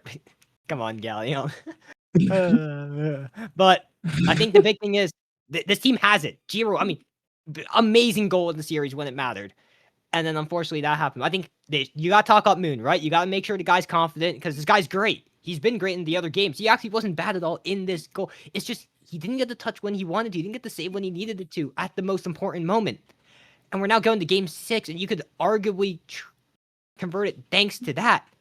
As of now, Neo Tokyo. It's very real here for Kansas State. A reverse sweep is on the line. But Neo Tokyo, heartbreak has happened here more than once. Clemson, will heartbreak arrive to you too as kickoff goes underway? I mean, hey, this is known as the NA Heartbreaker map. All things considered, as Moon. I don't know if that one was intentional or not. I could possibly see the chances for a fake coming in there, but I don't think that was the touch that he wanted. A lot of hesitancy, a lot of inaccuracies coming through for Kansas State, but all things considered, they have this game, they have next game, but they have had the past 2 games to close out this series. Is it going to be a matter of time for this Kansas State team to figure out how to play like they played in those first 3 games, or is this going to be something that Clemson, if you were to consider those first 3 games completely null, they completely ran away with it? We're just going to have to see, as we're still scoreless with this first minute gone. Yeah, but I think the thing is, game 4, make sure it's not a sweep. You can just will your way into a victory. Giro! It doesn't matter. We'll get back to that topic. Giro, 1-on-1 with Gallium. Dunks him. Gets past 1. Sees a chance here. It's a 1-goal lead. Thanks, Giro. Giro's been amazing these last 2 games. May I point out. This guy has been he's been spectacular. He has been absolutely spectacular. And I think this is even something that I believe you pointed out however long ago. Sometimes it's just about the simple goals. In that case, it's just a solid 50. That's all you need. You need to just find that opportunity to get the strong 50 that you need. And it gets in the back of the net. It's something as simple as that that'll help you get back into this series, as that's what Kansas State needs, although they might have to work on clearing out this defense, because right now it does seem to be a weak point. That ball's just going to float in. Yeah, I don't know what actually happened there. Techno was the last man back. He has no boost. He can't do anything about that. And with that, suddenly, it's all tied up, and it's, again, these small mistakes on who should be back here, the guy with no boost or whatever, and it's just stuff like that's going to cost you. Don't be a kickoff goal. Don't be a kickoff goal. Moon's able to stop it. He will make sure he doesn't have to deal with what he had to deal with in Game 5, as Moon puts it over to the side. Beans will still be there. There's a demo. Techno will be spawning back soon enough, as there's another demo there by Beans. The physicality won't be massive, but Techno is able to beat there, and well, right now, Moon's got to clear it out. Gallium is just demoed again. Giro's got to get 50. Big 50 there won't be in, but I mean, you need it right there the most. Make sure there's no pressures. Techno, he's going to be up. He gets the 50. He's going to be good for Beans, at least. But Moon, he misses the ball. There's no boost here. It's going to be quiet on the pressure, as there's a fake out here. Infield possibly. No, it's a bump. It's going to be out, actually. Moon's able to read it out, but it's going to stick in the corner. It's going to stick high. There's no issue for Clemson as they start their own counterattack. Yeah, and a shot here from Gallium. I would like to point out, though, Gallium got a demo there as sort of the returning third man to make sure that this Kansas State offense did not continue their pressure, although it looks like we might have an opportunity here. No, a little bit of a misread there from Alien Techno as for what his teammate was going to do. And after a little bit of chasing and an awkward last defender, it seems like Clemson are going to have the momentum going into the rest of this game. Wait, I'm so confused. What happened? Why was Alien Techno and Moon together? I just went back in the replay and I just saw those two were literally on top of each other. And like on the side, on the back wall together. That means you just left your teammate all alone with no boost and in a 1v2. It's an impossible situation. Is that about to be a goal again? No, Beats! Gallium, can't score it. It's still 1-goal game, still possible, but right now, Clemson has the number on you. And if you lose this, it becomes awkward. Oh, no, that's a touch that you don't want if you're Scoob. But Beans has no issue with it whatsoever. Moon's able to get the beat. Moon's going to try to put the center. Will be met by Scoob instead. Gets a click out. He sticks around with the ball, but Techno's there too. tries to get 50, will do so. Who's up first? Just feels like right now the second man here for Kansas State is not as fast as they once were. And right now that's causing them problems because it's now Clemson who's beating them out to the ball. From what turned into seconds now is not even as Gallium tries to go for a double. Won't. Moon misses though. Beats at the shot upper left. It's gorgeous placement as a 2-goal lead sprouts off of the miss from Moon. I don't want to sit here and say that seems to be becoming a common theme, but right now, Kansas State, they're not holding on to defense. They're not playing as solidly as we saw them play in the first 3 games when it looked like we were going to have a runaway series. It looked like we were just going to end up having a complete Kansas State sweep, but right now, Clemson's the one who a massive challenge. It's not gonna be in, and Clemson they're gonna hold on to it. But yeah, no second man coming through there. That is gonna be on net. But Scoob, brilliant save coming through there, and Clemson they're gonna hold on to this 2-goal lead. Kansas State, what's going on? Your second man's missing. They're on an island. They have an open net, and nobody's there, and you've just lost your best chance you've had all game. And now at this point, less than a minute to go. You need a goal still, but right now you're on defense. You're dealing with a Gallium, a scoop, pre-flip, pre-jump too. That's a huge clear. Beans is going to reach there. Of course, it's going to be Beans. Chose for the cycle? No, won't. But Scoob's able to make it lateral. 30 seconds left. You need a shot. You need a goal. That's not on target. There's no worries there if you're the Clemson team as G-Rose going to try to put it down. He's going to try to put it down, but gets met by 2. There's double commit, but doesn't matter because Gallium's there. But now, final 20 seconds. You need a goal. You need the second man, G-Ro. Shot. That's in. 14 seconds left. It's not impossible, but you've made it difficult for yourself. You have made it difficult, but all things considered, one thing we've seen throughout this series is a little bit of kickoff shenanigans. I know that's something we wanted a lot of in the conference play, but I don't think we're going to be getting it here. Kansas State, they're going to have to keep this ball alive unless they're able to do it within these last 5 seconds. The ball is up. It does seem like Beans is going to be there. He wants the double off the ground. It's not quite going to make it. Scoob putting it out, but that ball is still up. Demo coming through, and that is going to clear out. Will Alien catch up to it? No! We have a Game 7 and potential reverse sweep coming through. Oh my goodness, I'm so excited. Sorry, that's all I can say. I mean, these teams became dead even in the end. It's 7 shots. It's 7? I can't do math. It's 9 shots for both of these teams. 1 more goal for Clemson. 4 saves for Kansas State. 5 for Clemson. I mean, major save there by, I believe it was Gallium. It would have been a 0-second goal from Moon. But we are going to Champions Field. And I mean, what? Gallium, who's eating food during your series? Okay. Okay, come on, Scoop. Of course it's Scoop. Of course it's Scoop, man. Okay, sure. But as we go, 15 seconds left. It doesn't matter. It matters here for Kansas State. The reverse sweep is on their mind as they enter Champion Field. Clemson, though, these last 3 games don't mean anything. It's Champion Field. Anything you've done. Elimination. 1 game to decide if you're sticking around. I can't take this seriously as I see the chat. I'm trying to be so serious. Come on, guys. Okay. All things considered, we have an important Game 7 coming up. Both of these teams are on elimination. Whoever loses this game is going home, and there is a chance for a reverse sweep coming out here from Clemson, as it looks like, at least for now, Kansas State is going to be the one starting with momentum. But with that clear, it's not going to last long. Yeah, Techno, though, doubles it into the side. There's going to be a guy in the sky. Doesn't matter, though. Beans sticking around. The lights are brightest on this field. Can Beans step up as he tries? Gets the air dribble. Gets a pinch, though. Gets past Giro. Techno is there. Switches back to the Aki. There's a bomb!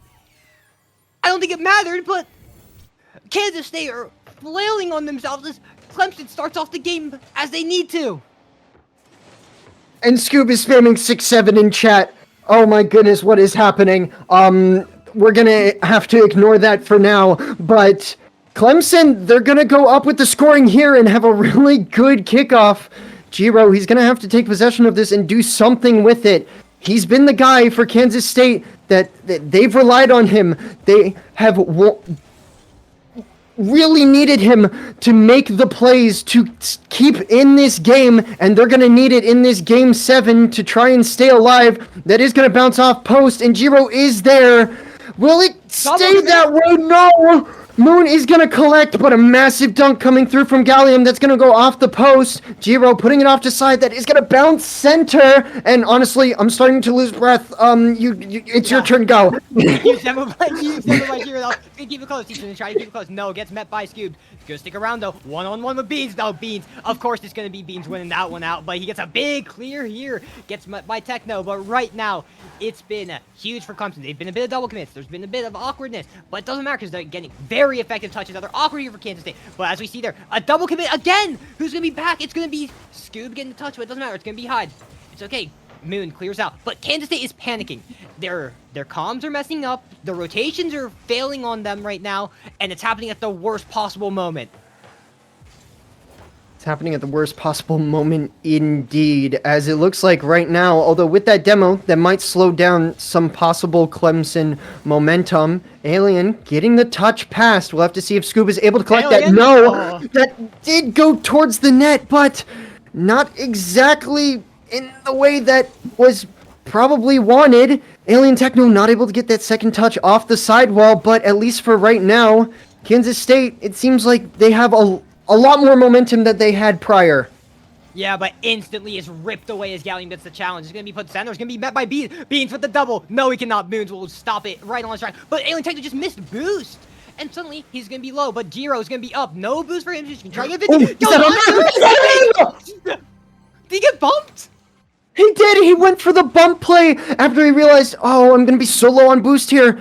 He just went for a little bit of control and then got the recovery to bump the last defender. This Kansas State team, they need one guy to show up, and it is Jiro right now, as this kickoff will go in their favor. Moon touching it forward, maybe getting the 50 here. No, playing a little bit too aggro. Will be right next to Scoob, but Scoob, he's going to take possession. Maybe try and hand it off to Beans, who was waiting behind it. Not quite going to make contact, but nonetheless, maybe this could be a little bit of a turnaround for Kansas State, as shots are starting to ring on net. Yeah, but right now, the pressure's on for Clemson. Beans is going to take control. Has very little boost, gets a second touch, but who's going to be there first? It's going to be Techno. Gets a past one, gets met by Scoob, but who's next? It's going to be, of course, it's going to be Jiro. Jiro's up in the sky. Jiro gets the reset. Jiro, can you do anything? No. Gets a 50, though. It's going to be very midfield. First person there is Techno. He tries to keep control. Sees Beans, passes to him. It's middle. Who's there? Jiro! It's in! 2-1 Kansas State. 2 minutes left on the clock. Oh my goodness, Jiro, can you score when I'm commentating? I really want to say something when you score. My goodness, you're absolutely popping off right now, and at the most needed time. I mean, obviously some of the last games, it could have been a good moment to start doing something, but denying a reverse sweep as he makes a save, a killer on offense, and an absolute wall on defense. This is the man, this is the myth, this is the legend right now, and here's the reason that Kansas State is staying in this game. Yeah, but he's a one-man army right now, but he has 2 extra people on his side. Jiro puts it high. Who's going to be first? It's going to be Techno. Shot above Beans. It's in! Kansas State extend their lead to 2. They have insurance. They have insurance, but there is a minute 21 left, and a team that is known for being down and coming back is on the other side of this pitch. You see Beans' wheels wiggling. He wants to do something. He is ready to play. We're going to see a 50 here from Scoobs. Beans is up. Don't know if he's going to get a goal from that, but he's at least keeping the pressure up, trying to get some 50s, trying to develop something for his team. Yeah, but there was very good control there from Moon. Kept it on the back wall, kept it close. 50s were low, but he's sticking around. Gallium has to get a pass. Jiro, though, of course it's Jiro. A minute left on the clock. You need 2 goals for Clemson. And it's going to be so difficult. Moon stays alive. There's a miss there. Gallium puts it very high, very vertical. There is no second man there. It is time being wasted. Jiro does he get the touch, though? Scoob's going to play a shot. No, he misses. And Beans, he misses. Gallium, shot on. Scoob, no. Techno saves it. And Gallium now off the backboard. Tries to put a shot on. Won't be on. Jiro blocks it. Of course, it's Jiro. Jiro tries to clear it. Sticks around with it. It's going to be one-on-one here. Good 50 for Beans, but gets met by Alien Techno so quickly. 30 seconds remaining. As a shot, no, won't be in. But Clemson, they're on their back off. They need to go ASAP. They need to go ASAP, but that ball is getting sent right back to their own half, and it doesn't look like Moon is going to let them try and develop anything. Alien Techno jumping on that opportunity. He's going to get the dunk. Will he get the second? No, not quite. There's 10 seconds left. We've got to see a goal from Clemson here. Moon, a little bit of an awkward touch. Is this the moment to jump in? No, it doesn't go through, and with 1 second, 0 seconds left, this is going to be the end of the game. Kansas State hold off the reverse sweep against a roaring Clemson offense. And I'm breathing heavy right now. What an absolute series. What an absolute last game. Kansas State are going to be the ones continuing in the lower rounds. I mean, absolute heartbreak on the side of Clemson, but a round of applause for Kansas State as they've done it. I mean, yeah, claps, just claps. Jesus, I can't believe it. I just can't believe it. I watched, but I mean, someone else who can't believe it. I think we can get Moon in here. I think we can talk to him and see how he's feeling. Let me go ahead and pull him in real quick. There he is. Hello. Hello. Hello, how are you guys doing? Doing great. I'm out of breath. Our dude. heart I'm rate's out of up. Our breath. heart rate. Oh, dude, mine too. Yeah. I mean, what a series, and I mean, congratulations on the victory, Game 7. But I think before that Game 7, you guys started 3-0, very good, great play. But then Clemson, they slowly started making their progress. They got all the way back to Game 7, attempted a reverse sweep. What's the vibes like as that's going on? You know, our vibes were kind of casual at the beginning. We were moving well, moving together as a team how we wanted to, and then once we started, they started taking those games from us, and we were just trying to get back to our basics. We kind of were letting up some easy stuff that we really shouldn't have, but we eventually clawed back and won the Game 7. Yeah, well, and hey, that is what matters, right? At the end of the day, you guys won 3, they won 3. It was all up to that Game 7. And honestly, I do want to just ask, this is going to be about Game 7. Obviously, Clemson started off with scoring, and then you guys really started kicking back. After that third goal, I should say, did you think that the vibes were like, did you feel like the confidence was at its peak? That you guys were like, yes, we are going to win this? I got 2 great teammates on my team, and I was kind of just letting them do their thing. I was third man. I don't even think I had 100 points in that Game 7. I don't think you did either. Yeah, I don't think I did.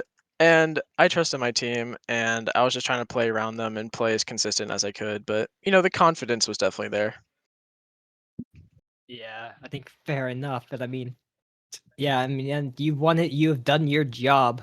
And you guys confirmed, obviously, now the North will be having 3 teams sent into the top 4. But now, upcoming, the next team you will be playing on Wednesday is Iowa State or Washington State. Is there a certain team between the two that you want to face off against? I kind of want to get my lick back against Iowa. Mm. We took them in the regular season, and they beat us in the playoffs, and I would want to play them again.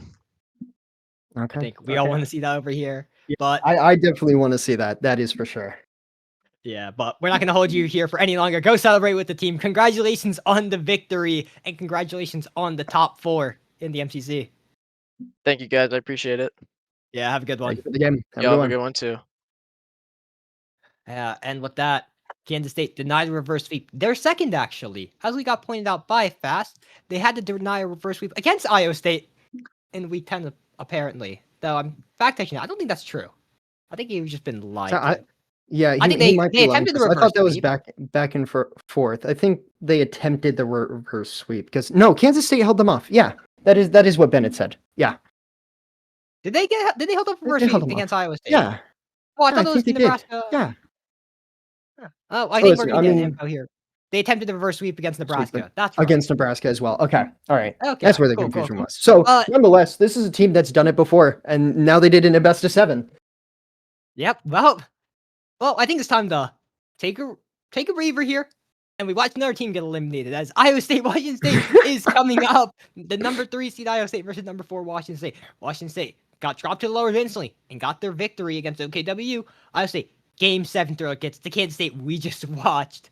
And then Iowa State, yeah, I said that. Iowa State got their thriller against Kansas State. And then, obviously, unfortunately, played with a sub yesterday, but were able to take a game and made it close against Nebraska at times. So, not an impossible team. But now, they're in the lowers. Will they be able to do it? Milky, Recumbent Jones, and Salty Gurf. Can they take where they goes against Koro, Nienta, and Strider? These are both teams we have watched a lot of, I think, throughout the regular season, and both, I think we've grown kind of fond of watching. I enjoy watching both of these teams. And now we're going to be saying goodbye to one of them. And I think, who do you think is going to win it? Who do I think is going to win it? Oh my goodness. This is a tough choice for me, all things considered, because if you guys have been sticking around throughout all of MCC play, in the beginning of the season, I was really high on this Washington team. I liked what they were doing. I liked what they were about. But as the season went on, they kind of started losing it. And all things considered, they had a tough upper round 1 against Nebraska that dropped them down. They did end up beating OKWU, though. So this Washington team, they're possibly starting to get back into form. And I would absolutely love to see that. But as much as I'm talking them up, I'm probably still going to take Iowa State here. Yeah, and I'm on the same boat with you. Iowa State is a team I just have so much faith in. I think as a team, even when they lose, sometimes it might be delusion. I think a lot of times it may be delusion. I'm not as delusional as Fast. He is going for them to take the entire thing off of a lower bracket run. But, I don't think it's the most insane thing in the world if they're going to be the team that we saw against Kansas State on day 1 as, yep, there it is, the Preds. Iowa State. What does the coin think? Iowa State on the blue side, Washington State on the orange. I want to see what this coin thinks. So this guy has voted a lot. I want to get one more thing in for the day from him. Okay. It really likes the away team. Washington State didn't get it right the first time. Let's see. Washington State, have they just been cursed by the coin as we're about to get ready for the last game of the day, the last game of lower round 2s, and confirm our top 4. Who will be the third North team to join us here as the teams go underway into the game? On the blue side, we will have Iowa State. On the orange side, we will have Washington State as kickoff goes. Hey, another elimination match coming its way, and do you know what that means? More nerves are going to be on the line. We saw some nerves from both of the teams that we just watched. Is that going to be something that comes into play here against both of these teams that, all things considered, you can sit here and say that Washington what a fake! is the number 4 seed, but they're still a strong team. But Iowa is the number 3 seed, and I think right now, at least with that goal, they're proving to be so. Yeah, and I think number 3 for Iowa State is very much a 3 that means a lot, doesn't mean as much as it might for others, because, I think it's fair to say, the 1-3 was an absolute mess in the North. You remember that. There was tiebreakers upon tiebreakers. Nebraska only in week 10 became the number 1 seed. It was an absolute, just chaotic festival over there. And Washington State had their own chaotic festival with Michigan. They had the reverse sweep to make it into the top 4, into the top 8 here. They almost weren't even here with us. But right now, they're going to try to get a goal here. Strider puts a shot on. Jones, though, of course he gets a save. We watched this guy get a crazy save against OKWU the other time. As right now, Milky will have, not OKWU, I'm sorry. Did I say OKWU? Kansas State. As we watch them go onto the offense here, Salty puts a shot into the corner. Not really an issue. And Strider gets a big clear out. Yeah, it wasn't against OKWU. I thought that was their lower rounds match. No, Jones. Oh, no. Ohio State, Kansas State. Yeah. You're thinking Washington State like me. Kansas State. Yeah, okay, apologies. Yeah, I did the exact same thing. Nonetheless, amazing player, amazing on defense, and right now we're seeing this team really putting in the work as they're up 1 right now as they are pushing their way into the Clemson half. Yeah, Right now, though, they are going to be on defense. Jones, of course, is Jones on defense is playing it well. Gets 50 here, though, but no second man close at all. It's going to be Salty's time, but gets 50 out there as Cora will get a heavy touch. Tries to go all the way by himself. Gets the pinch, but that back wall is completely okay. Milky, slowing down the ball, gets the stall. He's having a bit of fun with it, even if we're in the playoffs. I like to see it. Salty, though, is able to get a big one. Gets a second touch, actually. Maybe gets a third. Yes, he does. Beats Ooh. one-on-one situation. He gets the 50. Holy, he's huge. And he gets the beat. And Milky's able to get the credit there in the end. Oh my goodness, pass one, pass two, through another. Just an absolute solo effort there from Salty, and this is the Iowa State that, you know, they might have lost out in the uppers, but they are going to be a force to be reckoned with in the lowers, as Nienta getting it past one, but Recumber and Jones right there to follow up the touch. Yeah, right now, though, Jones is going to 50 it again. Gets the boost steal. And I think one of the things we didn't really mention in the last series much, because the boost was kind of an odd watch. But I think I'm going to assume it's going to be a bit more predictable here. But boost is looking good for Iowa State. And I think Washington State, when they're in defense, they lose that boost quick. But that wasn't an issue in the last, but we will be seeing it for both teams here, I think, as well. Iowa State is not a team that we know for being a low boost menace. They usually do like having a bit in their tank, as right now, Milky, as I speak, goes all the way back to get some boost, but it's not an issue. He will actually be shadowing this ball. Cora is going to be there, gets a pass, but there is no second man. And right now, I think that's kind of a flaw for Washington State. The second man is not close enough to make any meaningful play. And I think if that doesn't change, we're going to be seeing this again and again, where Milky, maybe Jones, maybe Salty is just able to roll this ball across the front of their net with no issues. Yeah, well, and all things considered, we're going to have to see a good bit of offense from this Washington team, because that's one thing that... There's a free jump that goes in! I'm completely talking about the wrong thing. Recumbrant Jones hitting up Salty with a pre-jump there. I mean, kind of a pre-jump. It was a... Oh, yeah, he's sending it... Yeah, he's sending it to the other side of the field. I mean, it was a cherry pick. It was a cherry pick. Yeah, it was definitely a cherry pick to the top left. Iowa State really out here. They know that they're the number 3 seed for a reason. They know they were in that top 3 for contention for that number 1 seed in the North. And right now, they're showing and proving why. Salty, though, is going to try to put a shot on target. Will get saved by Coro, but man, is this looking dicey already for Iowa State. Good news for them. Looking dicey apparently is just the name of the game for one of the teams. Unfortunately, you don't want to have the outcome of that team that we saw earlier. As right now, will be a good 50 here. But the second touch kind of messes it up. But in the end, I think Iowa State's kind of chill. They're bound to be a bit silly and screw each other up because the vibes are high. They're looking good. They haven't been truly challenged. I know there's 4 shots on their net, but other than the one major save that Jones had, it's been kind of all them, as right now Strider has to get it clear, but Milky's already up. Puts it over to Salty. He's going to catch it. He's going to get a 50 on Cora. It's going to go off the backboard. It's Milky puts a shot on. Nienta has to get the save, but it's going to be straight to Jones, who gets the shot. 4-goal lead, and this game's all about wraps. This game is all but wraps. And I will go ahead and point out real quick that Washington is not unfamiliar with this site. If I'm correct, Washington has spent the first game of many series being pretty rough, whether it is something that ends up being a solid goose egg on their side of scoring or maybe 1 or 2 goals. So maybe not everything can be judged off of this first match, but nonetheless, Iowa State are running away with the ball and doing everything that they want to do, and this Washington team has to figure it out. Hopefully within a few games, because they've got a lot more ahead of them in order to get back into the series and, well, stay alive in this tournament. Yeah, but I have an issue with that thought of mine, because don't we say the same thing about Iowa State? They're a team who takes game 1 as their warm-up game to figure things out.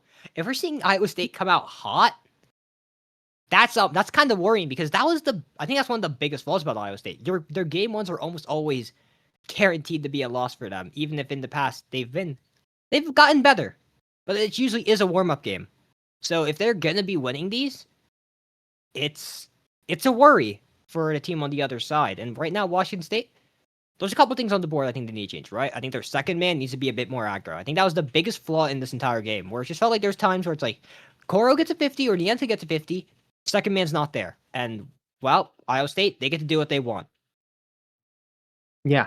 Well, and this wasn't really the Washington State that we know to have been dominant at the beginning of the season. I mean, if you were to look at when Washington State was playing really, really well, it was Nienta was their main goal scorer. Koro was that second man that you're talking about they need right now. That was just controlling the pace of play, doing everything that they need. And then Strider, who was that last man that got the saves, moved the ball where it needed to be. We're not seeing that right now, and that's what we need out of this Washington State team as we get into game number 2 with a solid 50 from Salty. Not able to put it center as Nienta does interrupt him and at least stalls out any pressure for now. Nienta's going to be on this ball, gets 50, very laterally here. Milky, though, gets the boost. It's going to be a shot, though, from Strider. It's going to be way high, and I think it's going to be on target. Interestingly enough, one thing we got to point out is, I believe, what was it? The Washington State OKWU game was one of the best series we've ever seen out of Strider. He was playing, he was like genuinely moving in that game. You got to see that Strider come out today for this to have good chances here if you're Washington State. And obviously, you got to see a solid core. You got to see a solid Nienta if they want to have something here. Because right now, I think Jones was trying to go for a reset there. I can't lie. I think if Jones is pulling those out, I got a lot of worries. But right now, Cora has to make a save on Milky's shot. And Salty doesn't get the touch, though. It's a one-on-one here. Good 50, but goes into the eyes of Milky. He tries to put something, puts very high, and Strider puts it high as well, and Nienta will meet it. Yeah, well, and this Washington team is definitely it almost sounds dumb to say, but it's definitely a team. It is a team sort of play style. It's a this team, is not, yes. Wow. This is not one that will sit there and really try and focus on making solo plays or making individual efforts turn into something. This is one where it's like, okay, we know what our first man needs to do, and we are going to be ready for that first man to get a good challenge, get, the play that ends up bouncing off the backboard, bouncing off the post to follow it up. That is what this Washington team was known to do. And again, right now, they're kind of just not doing it. Although I will point out, we've gone through 2 minutes and there hasn't been a goal for either team. So things might be evening out a bit here. Yeah, I think it's also fair to point out that Iowa State's goals were... They're kind of mad, right? The Salty's one was like, he got the what in the world? He got the hit, ceiling double into the sidewall double type thing into the absolute dunk. That's not a sustainable style. I mean, if he makes it sustainable, fair enough. And then I think there's also, like, the almost pre-jump goal. Like, it's just stuff like that where it's like, obviously, those are plays that Iowa State can pull out, and that's what's going to win them games. But otherwise, it's not sustainable. But the fact that we've seen them pull them out means that you have to respect it. But right now, little pass back and forth there. Salty tries to go for a sidewall double, doesn't have the boost to do so, and just gives Koro the chance to just heavy touch this over. Milky will recover Jones's corner touch, but Koro, bad touch actually, but Strider's there. It looks very intentional. Just a perfect unit, honestly, right? But Koro, shot's not on. That's unfortunate. I think that was a very good chance that they had there, but Nienta tries to do, he's actually pre-jumping. That's, can't do anything. Strider on shot. Yes, he can. I'm sorry, Nienta. Was that a pre-jump for you onto Salty? I mean, kinda. I think a little bit. I think the almost pre-jumps are the name of this game, where it's just fast reads. I don't think a pre-jump's fair. I think it's just a very fast read. Yeah, a fast read, but nonetheless, a goal for Washington. Their first in the series so far, and the first time that they are leading. We'll have to see how they manage being up, whether or not anything changes, whether or not they try and play a little bit more focused on defense, but... That was nice.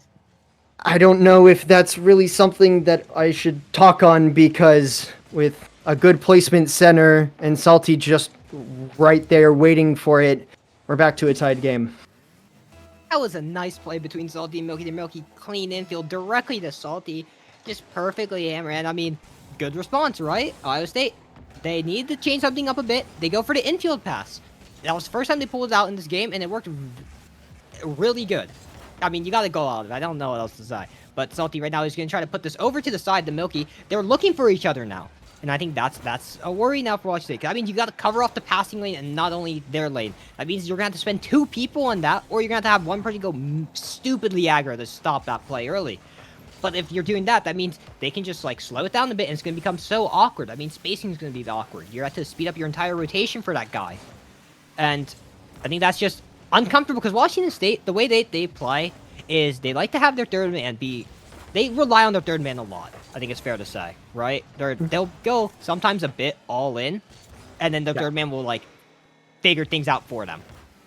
Yeah, I feel like there were plenty of times watching that OKWU match that their third man was past the midfield line. Like, they sat there and said, listen, if we're going to score off of this play, it doesn't matter if it's the third man, we're going to get that ball in the back of the net, whether it's throwing a ton of shots on net or not. They do tend to play in that sort of way, as that ball is going to be sent backwards. Strider, very little boost here, will get it past Salty.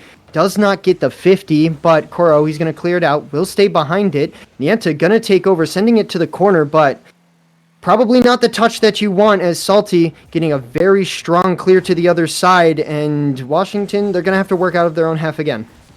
Yeah, but it's okay there. Milky gets a 50. Nienta gets a shot. Actually, Jones will clear it out. No boost, no problem. As suddenly this ball bounces back to the middle. 10 seconds left. Salty trying to go for a bump. Can't quite get on Strider, and who will get the clear. Jones still no boost. And right now, Salty's actually got to go up quick. Got to make sure there's no shot there. 0 seconds are approaching.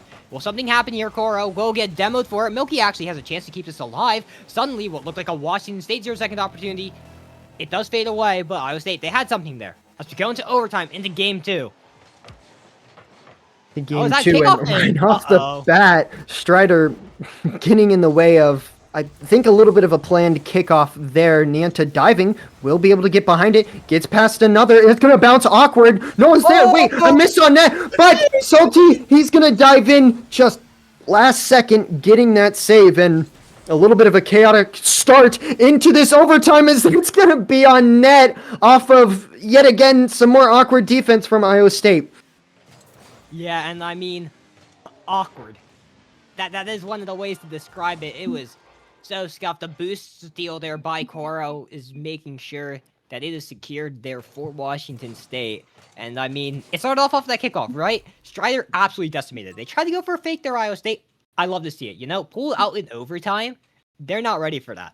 It could have worked. But Strider just stuck with that ball, gets a 50, and then everything's just gone into the ashes. But I think that game was a much better game from Washington State overall, right? Yeah, I'm agree. I mean, I feel like the scoreline is a great example does show of that. And not only that, as much as the scoreline was only 2-1, Washington back to taking like 5 billion shots on net. That's one thing that we've seen in a lot of their games, whether or not they're winning or losing. They're the team that shoots, I think, in this case, 11 shots on net. And in this case, it ended up working out for them. It was enough to test and break down this Iowa State defense, and hey, we have a tied series. Yeah, I think one of the big things about Washington State is in this playoffs, they've averaged over 10 shots per game. 10 shots per games. So that is something that is not unexpected of them, but it is by far the highest. And it's something that if they're going to keep it up in this playoffs, where they're going to be this really high volume scoring team, or not even scoring, just high volume shooting teams, you're going to open up moments there, right? They have to burn boost for those. They have to do it. But that's kind of how they're playing. The all-in. One good clear when you're doing a bit of an all-in thing, and everything crumbles apart. Right now, you've done it well in Game 2. Game 3, though, it's a different story, as we're here on Forbidden Temple as kickoff goes underway. As the kickoff does favor here Iowa State, they will get the ball, but no boost, so it won't be an issue. And Strider putting that up to Nienta. Nienta not able to get the bump there, but in this case, beautiful clear all the way to the other side of the field. Koro, I think, trying to get a 50 there. Not quite what he wants, but some demos will come through. Another one again. Demos coming through. I saw that one, a little bit of an obvious demo there, at least for us casters. I don't know if it's the same for the stream, but maybe a little bit of aggression coming out here from Iowa State. I know that's something we saw glimpses of in some of their prior games. I'm wondering if maybe that's something they're going to really try and heavily employ in this Game 3. Right now, though, there's going to be a shot attempt, and the boost is getting kind of awkward here for everyone, low-key.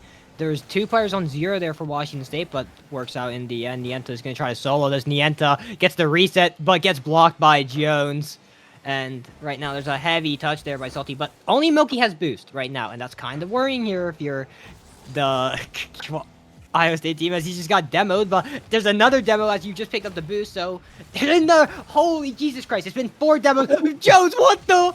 Okay, well, it's still going. Salty puts the shot high. Who's going to be down for the waterfall? I thought there was an own goal there for a second, but it keeps on going. Keeps on going, and it keeps on going with the Iowa State offense, although big clear from Koro here. Recumbent, he's going to have to repossess this. That is going to be a shot towards net. It's going to do that awkward bounce off of the lip there. Not going to result in the goal, but nonetheless, some decent back and forth pressure coming from both of these teams. It doesn't seem like anyone's really starting to favor any pressure, any consistent pressure, I guess I should say. Yeah, but right now, the boost total, again, is so awkward. Koro Strider, no boost. And it's going to make things like this, where a sustainable drive is going to be a purely Nienta effort, who gets the reset, gets it past, actually, and is buying so much time. I mean, I know we talk about how it's largely not solo plays, but in these later weeks, it's been the Nienta show for Washington State, where they've let this guy kind of just off the leash. He's gone for solo plays, and I don't think the scoreline shows that's been working out, but it's been Nienta's best moments, but it doesn't matter if it's been his best moments, because Jones and Gurf are just going to team up right there with a 1 back and the goal. Yeah, maybe a little bit too awkward of a touch off of the backboard there for this Washington defense. They just didn't see it coming, and a little bit of assistance there from the post to guide it in, but nonetheless, that's a goal against you, and just like game 1, you're down again. You don't have that nice safety net of being up, as Milky, it looks like that might just be a dribble in. Milky absolutely slicing this defense up. The good touch to catch it. The cut under 1. The 50 under the second. He's just so good, man. And he's just done it to them. And suddenly a 2-goal lead here for the Iowa State team, as Washington State, they're going to have to make Nienta do something. But he's going for the double. No, it's not going to be on target. That could have been a great response. But still on the attack here for Washington State. Yeah, that is probably the response that they needed. Again, you were saying it just a few moments ago. Nienta is the guy that they need to score, but right now, I don't know if they're really doing much scoring, as it seems like they're really struggling on defense. Just unfortunate 50. Unfortunate bump there from Strider, and this is looking a lot like game number 1. It's just Iowa State. They figured things out. They can be a bit more aggressive, and the team starts folding in on themselves. I think that's kind of been the thing, right? You're going to play this all-in game, you go back, and you don't have much time. Strider tries to go for a doubles, not really effective, though. Koro gets heavily beat. Nienta has to be the guy to get on it, but Salty is right there and gets you past one-on-one. Milky does get the beat. Nienta will be there on the backboard, meeting that. Salty, though, gets the 50. I don't think Salty can get the touch with no boost there, but he definitely tried, as there's a miss there. But, again, Milky just clears it back in. And right now, the midfield pressure has been all Iowa State. There's been no semblance of a Washington State thing, it feels like. Yeah, absolutely. Although Koro here, he's going to get it over 1. Does he get the waterfall touch? No, he does not. We're still seeing some moments for Washington State, but it doesn't seem like they're really following through with them. It doesn't seem like they're really reaching the same lengths that they did in game number 2, although with that awkward. clear, that Okay, wasn't the best thing in the world. Nienta, he's going to pop it up, but doesn't seem like there's any players to follow it. Salty, he's going to stay behind, get a beautiful 50 into this midfield. Strider, he's going to have to possess it off of an awkward bounce on the sidewall. And Nienta, he's backwards. He's trying to go for like a half flip backwards touch in order to keep this alive, but Salty, beautiful save. Nienta going to put a shot on net, and Huge Milky, save by he's Milky. there. It just doesn't seem like this Washington team can get any kind of offense in this game. Yeah, and even when they do have offense, it's better defense from Iowa State. Milky, though, on the midfield line is going to stop anything from happening. 30 seconds remaining. 3 goals, it seems dire for them, as they're going to go down 2-1 in the series. Nienta, though, 1-on-2, I should say. Doesn't get anything there. Strider puts it center, but right now, it's purely for a consolation goal at this point if you're Washington State. And Okay, no, Cora, you could not score here. Milky will just deny you all your hopes and dreams as 10 seconds go away, and you cannot buy a goal if you're Washington State, as Iowa State. Try for a fourth, won't get it, but man, does it feel like this is just game one all over again. And there's the fourth goal. Of course, it's Milky. He has just made it so difficult for the lives of Washington State.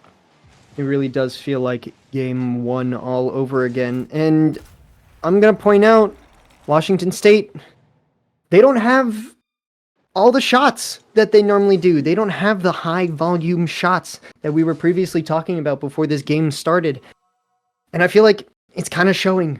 It's kind of showing that they're not capitalizing on opportunities as much as they were back in game 2, just a game ago. And right now, Iowa State, they're getting away with some defensive mistakes. They're getting away with these awkward touches that they're making because Washington State just aren't capitalizing. And hey, listen, all things considered, I feel like we've seen it throughout all of this play. If Washington doesn't have the most shots out of both of the teams, they're not going to be the one to win. I think Strider's going to go make a car changer right now. But yeah, I think right now, Iowa State, they've been so good, right? This is the Iowa State that we expected. This is the Iowa State that, this is the reason that we thought they were the best team in the North at times. There was that they had an argument, they had a place to stand on. Washington State, though, there was a moment there that we did think you were also one of the best teams, if not the best team. And right now, I think as we are going to Aquadome, I believe we're going to. Yes, we are, Aquadome.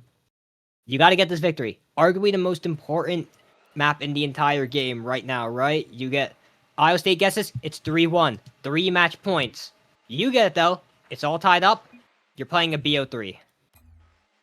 You are playing a BO3, and I mean, what is going on the field? It's a lot of the, they're having fun. They are absolutely rejoining teams. Who knows what could be happening, but if you guys can hear us, we're ready to play because this is 100% an important match. Oh, I Strider's see. PC. Is he all good now? I think Strider's all good now. There we go. Okay, we had a little bit of a player connection issue, but we are getting into this important game. As you said, right now, this is a chance for Iowa State to get onto match point. Maybe not the same match point that Kansas State was on, but then again, that went to game 7, so maybe this time it's going to be a little different. Yeah, but right now there's going to be a 50 attempt by Cora. No, he is actually going to be there, but it will just be a heavy clear by Nieto. Over to Coro, who's going to go for the musty. Hello! No! Jones will deny it. Nieto tries to put the shot on, will get stopped by Milky. Strider now, it's his turn. But puts it up to Milky. There's a bit of a team bump there. It's going to slow this play down a tiny bit. As Coro's going to chill out. No, but huge clear by Salty. He's actually going to be Milky that's going to try to meet it. No, he's not even going to be close. But gets the boost steal. And that's arguably more important here in this play, as they're starting to get themselves situated on the side. They're trying to set camp. And right now, another beat, the boost totals are low. Niento's low. Coro's low. Strider is bumped. And yeah, sure, it's technically on your side, but one big clear and all okay. But at this point, you've taken too long. It's a reset here for Washington State.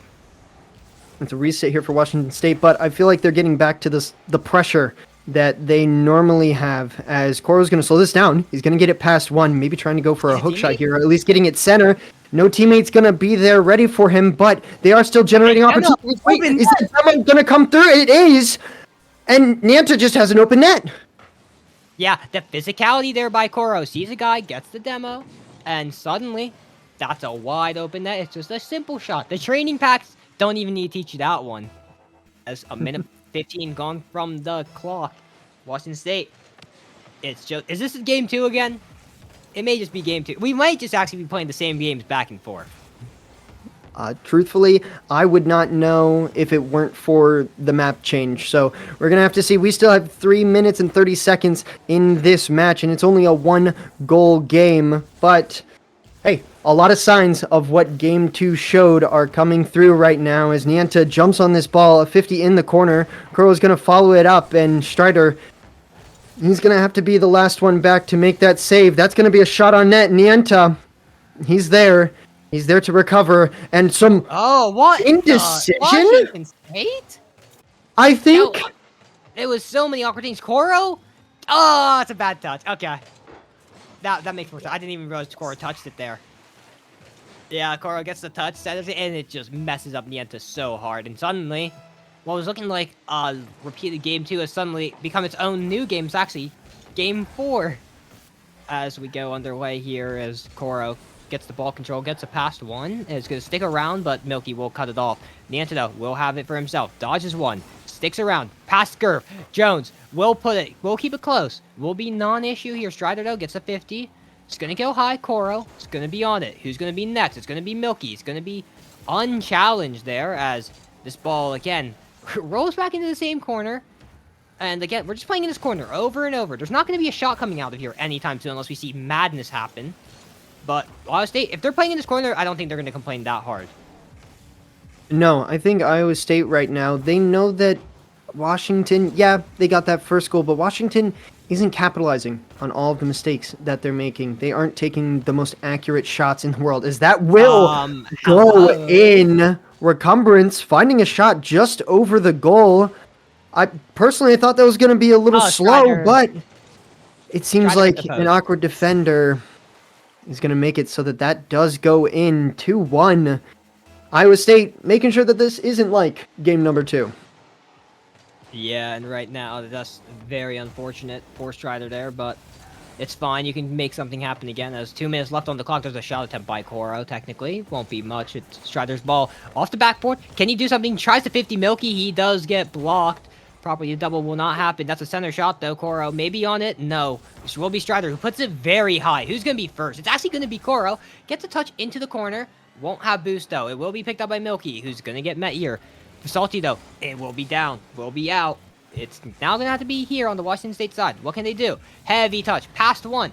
Big demo. It's Jones. Has to get a big touch here, and he does. It's going to be Strider, though. He's going to try to play shots. It's going to be high. That was a chance there that just wasn't on target.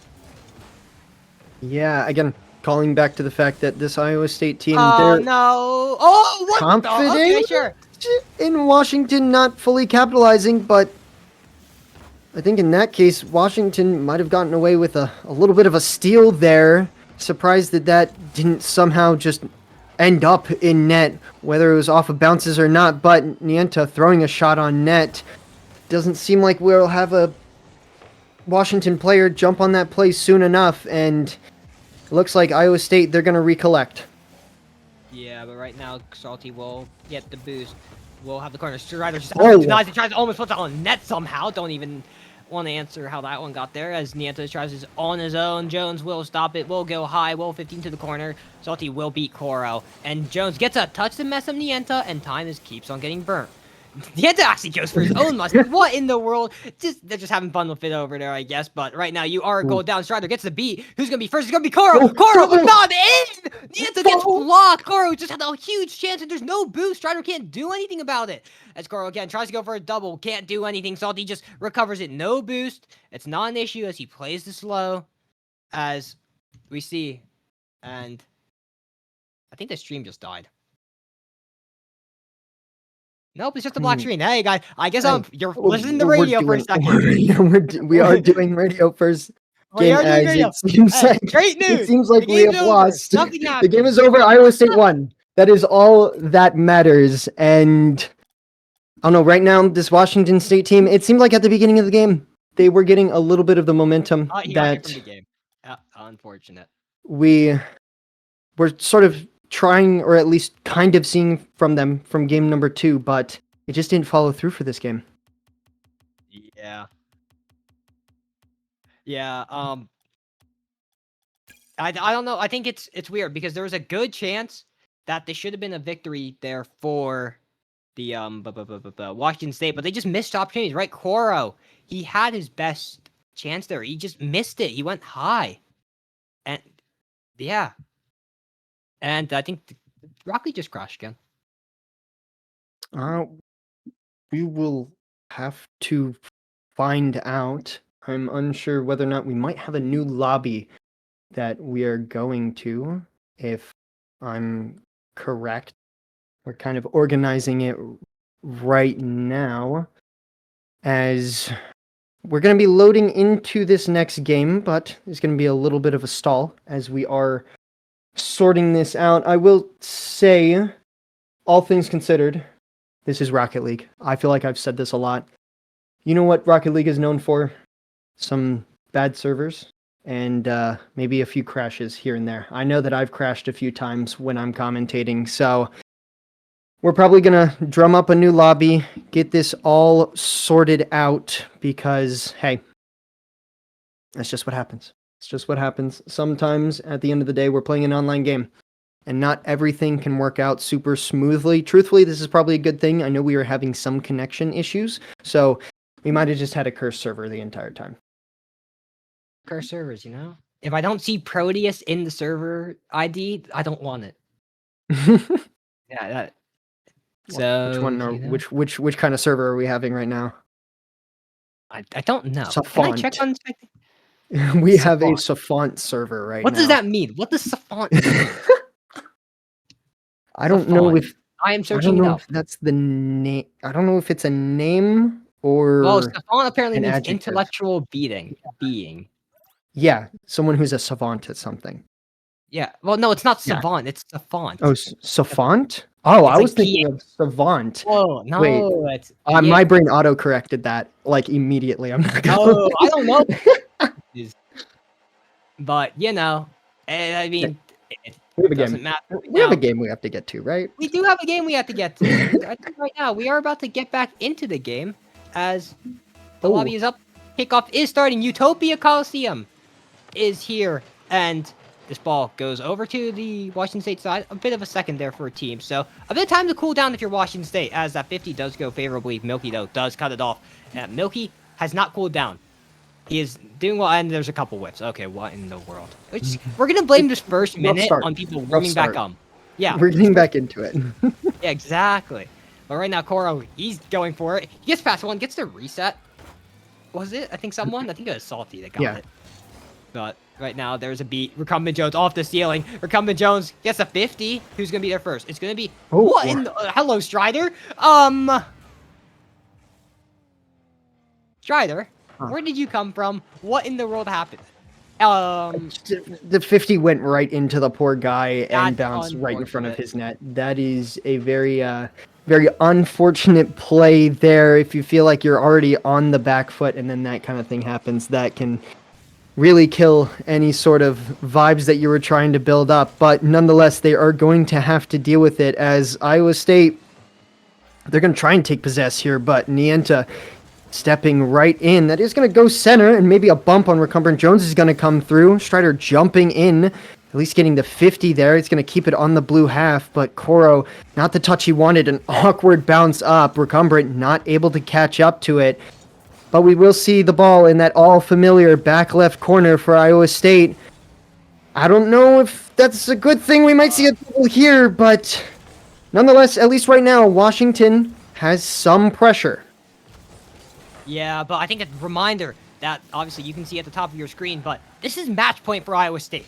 Any victory from here on out in the next 3 games, and they have just won the series. They are moving on to the top 4. Washington State is actually on elimination point right now.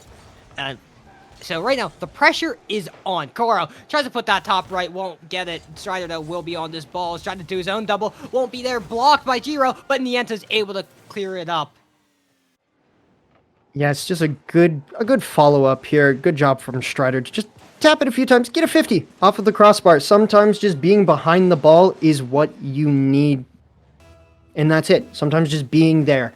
Brilliant follow-up there from Nienta, getting them back into this game.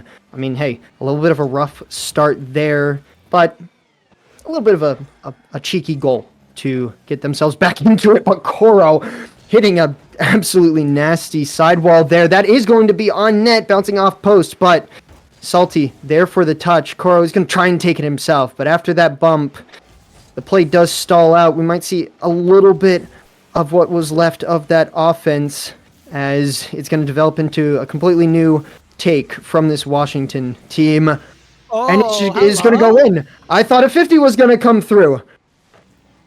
Yeah, so did I. And, I guess not. But Koro bottom left slots it, and suddenly, they have the lead. Half the game still to go. This isn't very much out of reach here for Iowa State, but it's very much the track that Washington State needs, right? 3 in a row for them to win it. They need 2 to get the Champions Field. And right now, you gotta think one game at a time, one goal at a time. And right now, they're one goal up. Koro, though, is gonna try to make it a second goal, but gets 50 there by Salty. Milky will clear this out. Niente, though, will sky it again. Will be high, will be center. Jones, don't know if he got touched there, but doesn't really matter. Strider doesn't put it on target at all, as Salty's gonna try there. And the moment this ball is gonna be high, won't be an issue. Actually, Koro, that would have been in, but it doesn't matter. I mean, harassment. Niente is absolutely ruining everyone, but it doesn't matter because the clear there will be enough to buy time. Jones is going to be up. He's going to be first. He's going to put a shot on. Gets saved by Koro, but boost is low. It's going to be awkward. Salty is just being absolutely faked out there by Koro. Milky will be there to meet it. Who's going to be next? It will be Niente. No boost. And the boost in general is low for Washington State. It's only Strider that actually has something here, but Jones doesn't have either, and he's the one on the ball. As right now, Strider's actually going to try for a redirect. Doesn't do it, but Washington State, they're looking better. They are looking better, but Iowa State are still putting up a pretty solid fight.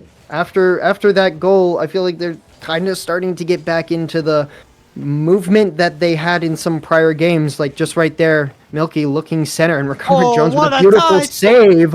Unfortunately, the demo is going to let Niente be right there and ready, although Salty jumping on it immediately. And even with just having to reach for that boost, Strider still able to get behind it. And Niente jumping over recumbent Jones to follow this up. We'll get the flick across. There's no teammate in sight ready for it. And a redirect is going to be on net, but Koro with a beautiful save. Washington, they're going to stay one goal up. Yeah, but right now, though, it's still Iowa State needing the goal. Milky will get the beat. Milky will stick around as the ball gets met by Niente. This has been so good from them. I think even compared to Game 2, this is the best we've seen Washington State play. They actually feel like they're in this game. This is their game that they're controlling. Game 2, I think they still had that, but they only had semblance of it. This has been all of them the entire way. Strider, though, puts it high. Who's going to be next? It's set up for Salty, actually, by accident. It will be stopped by Koro. Niente will be trying his own. There's a demo there. He's going to make this open, and it's in. 2 goals, 20 seconds. That's the big one you need. Are we going to see a kickoff try here by Iowa State? They've already pulled one off. It's cost them a game, but you may as well pull one out now when you're in desperate measures. Yeah, I mean, hey, this is the time to try it, because 20 seconds, especially after a kickoff kind of settles itself out, that's not too much to work with. But we will see Salty at least start throwing it towards the Washington side of the field. It doesn't seem like that's really going to make it through, and they've got to score right now in order to secure this series. 7 seconds, it's going to get past 1, but I don't think this defense is going to let anything happen anytime real soon, as this ball will be sent to the ground in front of the Iowa State net, and we're going to continue on. Yeah, and it's an interesting one, because, I mean, Game 6 now, we're going to. And I don't know, it's my cam is frozen. That's interesting. Your cam is frozen. My cam is frozen, alright. That's a great pick. That's a very flattering image of me you guys got there. That's awesome.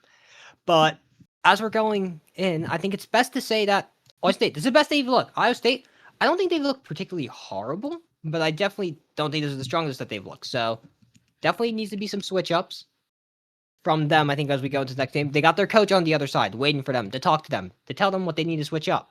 So, definitely something that they could win. Game 6, though, is a very important game in a much different way, as if they were to lose this next game, Game 7, and as we saw, Game 7 is its own sort of chaos. Yeah, it is its own sort of chaos, as I feel like we consistently see this from Washington State. I feel like their main goal is to just make games interesting. I don't know if that's really like is, isn't it? if that's like a stupid take or anything, but I swear every single time I watch a Washington State game, I'm just like, okay, what is even? It's like happen? the role. What am I in for? It's like the role that Scoob has for Clemson, you know? Like, you gotta just make things interesting for everyone else watching. But right now, Neo Tokyo, it's a very defining part. We've watched Washington State break the heart of OKWU on this map. Are they gonna be able to have the same done to them by Iowa State? Or are we going to Champions Field, where Iowa State has already played earlier in the tournament? As we go underway here, starting off well, Milky will be the one to collect the ball. It's not going to get met by anyone yet. Koro will be there finally, but Jones will get heavily done by Nienta, who's going to just chase this one down. But the second man's not anywhere near, so it's just a slowdown in place. That's kind of awkward. Shot's not on, so it's no issues, but man, does it feel like Washington State is just taking over control of this game? Yeah, well, and I feel like I was missing a little bit of confidence from them in some of the earlier games. I don't think they were too ready to play the style that we know they can play, and right now I feel like they're kind of kicking into gear with it. Although a little bit of low on boost right now for at least Strider and Koro as What a he rips touch. that on net, but after a good touch and some recollection, we might see some offense coming from them. Koro, he's going to send it up. It looks like Nienta's waiting. That's going to come down in front of the net. An interesting placed shot there. Strider, he's going to follow it up, and it looks like Washington, they're going to hold on to this pressure. Yeah, it's been all pressure for Washington State here. I don't know the last time I've seen the orange half of this side, but right now there's going to be a try to pre-jump there. Not pre-jump, a cherry pick there by Milky. Won't get anything there. Shot actually finally comes out. It's only one shot actually from Washington State that entire thing. I think there's definitely more shots that weren't registered as shots due to them being wider than being not on target. But at the moment, it is Washington State suddenly putting this back on the Iowa State half. I'm not loving what I'm seeing from Iowa State though on the attack. It feels like their mid presence isn't as strong as it used to be. But that trade demo is actually going to be a very nice one. Salty can't have that scored as he is gone. But again, Strider's able to beat out now Jones, and it's Washington State. They have the control. They don't feel the pressure as much as Iowa State does, as we're back in their half.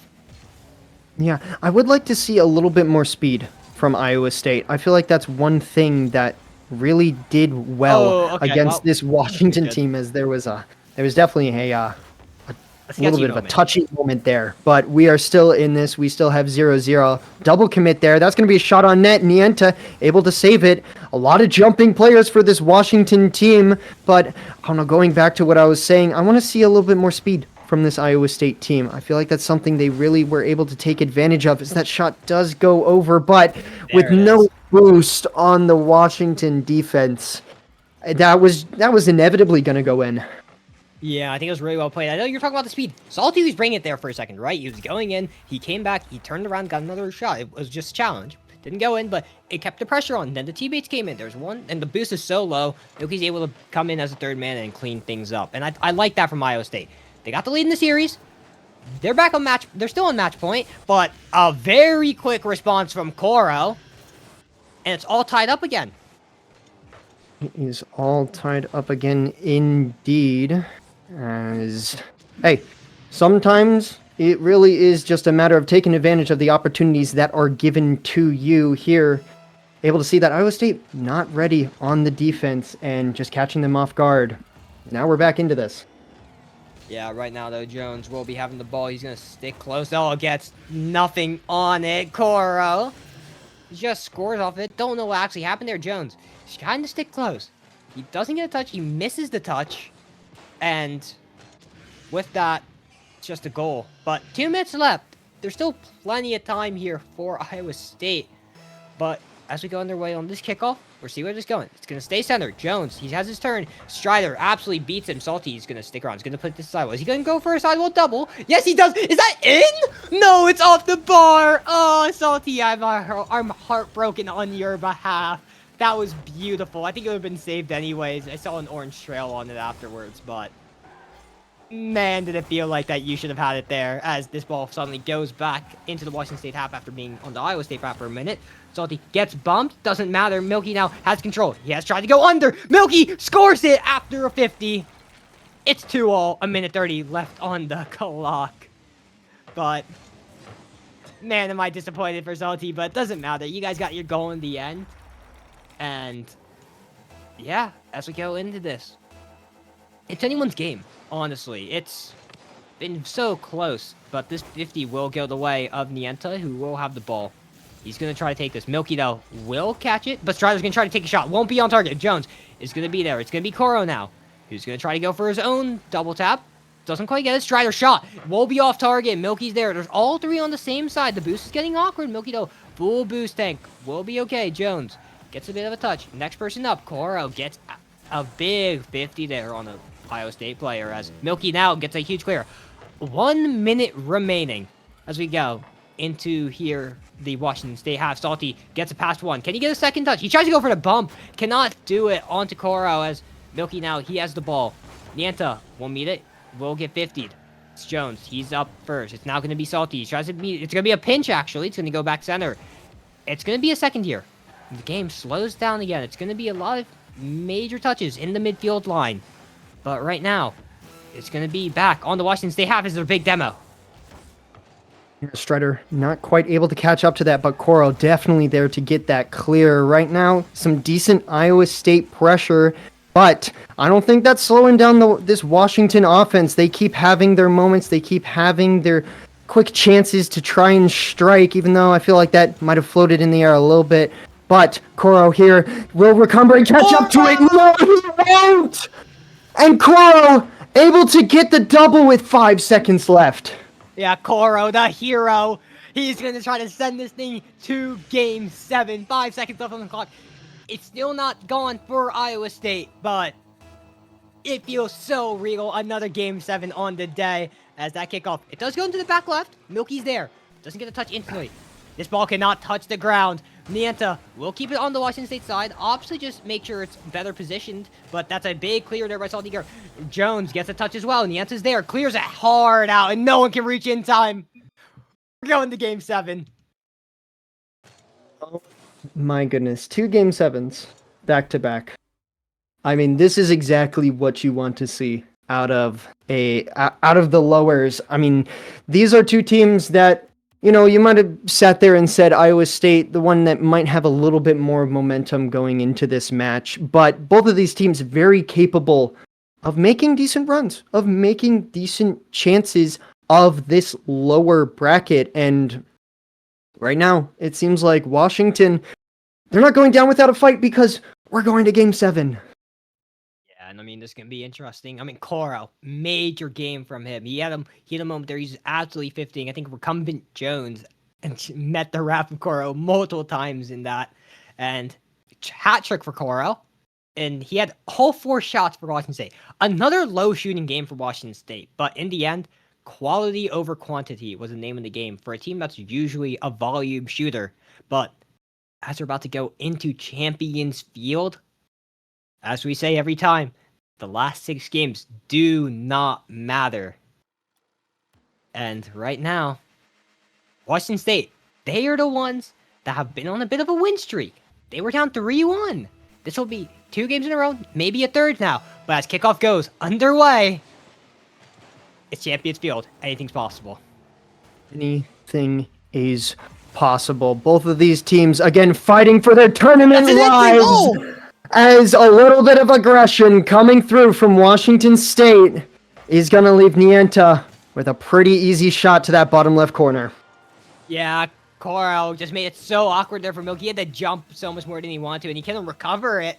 And suddenly, less than 10 seconds in, the panic alarms are on for Iowa State. Jones, he's going to go up. Jones is going to try to get the beat. He does get the beat. Can't quite reach it, though. Koro puts it off into the corner where it's not a danger, but Salty's going to beat it. Nienta, though, he is on that so quickly. Koro, again, he's on it. This guy is lights out right now. He is making sure that this team gets into the top 4. Is there going to be a flick? No, it's high, but Strider can't even finish it either. Still 1-goal game there for Iowa State, and they got away with it. They got away with it, and they got to start turning it into something. Nienta's a little awkward here, but Strider immediately following up that awkward touch. This Washington State team, they're there for each other. And this is what we were talking about when we mentioned, hey, if they're in for a play, they're in it all together. And it has been working out. But Iowa State, have they figured out how to beat this team? They had it earlier on in the series, but they've just got to rediscover what they were doing right as Salty tries to put this center, but easy control there for Koro as he takes it to the other side of the field. It's just going so far away. It's awkward here for Salty, who has full boost, but right now it's just uncomfortable. That's kind of it's been for Iowa State these last few games, where it just feels like they can't do what they want to do. Milky tries, Milky cannot. And right now, Nienta's trying to get a redirect. He does so successfully. Will get met by Salty, who has full boost, now gets a heavy touch. Milky's up. Milky gets absolutely beat there by Niantic. He's trying to go for his own double, can't quite. Jones has to clear it out. But again, it just feels like Washington State, they are comfortable. As Strider puts a shot between two, it's a 2-goal lead. It's a 2-goal lead with an absolute dime from Strider to that top right corner. Milky, no chance of saving that, and a pretty rare sight here. Washington State going up 2 goals in the first 2 minutes of the game. I know that might sound a little harsh for them, but that's not the kind of game I feel like I see them playing, at least not within these recent weeks, as another shot goes on net. Koro finding it this time, and that's 3 goals up. And it's been only 2 minutes and everything is going wrong for Iowa State. It's a goal from every single member of Washington State. You cannot isolate them. You take one out, another one spawns. It's so much of a problem. Jones, he's going to try to 50. Nianta gets the hit, though. Milky, though, tries to put it back over. Redirect, no, cannot be in. Gets blocked heavily by Koro. A little bit of wall dash. Not quite what he wants, but it's still being clear. Milky's going to try to beat her. Puts it back over to Salty. Salty shot. No, it's off. Strider, though, gets a touch. It's going to make this so nothing happens but a demo. It's going to make this okay. There's not going to be a quick one. But Koro, heavy challenge. And Iowa State, they're trying plays. They're trying stuff. They're trying good, creative decisions. And it doesn't matter because they're not putting the shot on target. Or there's a Washington State player there that's making sure that their good play gets taken down. Yeah, they are looking for each other, all things considered. That is one thing you will see consistently with this Iowa State team. As Recumbent, he does get a touch here. He's not going to stay behind it for too long, though, as that ball bounces off of the top ramp. We'll see if Salty can get another touch, or at least stay behind it. That is an awkward clear from Strider! And that's the last thing you want to do if you want to make sure Iowa State doesn't get back in this game. It's a disastrous pinch. Nianta doesn't know what to do. And suddenly, a 2-goal lead. Now this doesn't take that much time for anything to go on. But right now, Strider's going to try to put this over. Nianta gets a 50, is backing up. And right now, that's going to be a very high ball. Strider should be on it. It's going to be okay. Koro will beat Recumbent Jones there. Nianta now gets to clear out. And right now, tries to get 50. No, won't quite be there. Koro, though, is up. Koro sticking around close. Milky, though, will drop it down to Recumbent Jones, who does not get the ball at all. Strider actually puts it middle. There's a ball. Oh, no! No!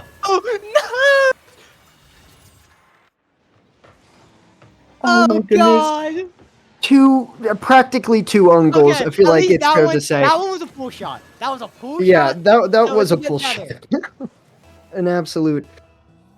You know what? I said this is not what you want to see if you're Washington to help Iowa State get back in this. This is not what you want to see if you're Iowa State to try and get back in this. Just utter chaos. And after a massive 50 here from Nienta, Iowa State is 4 goals down.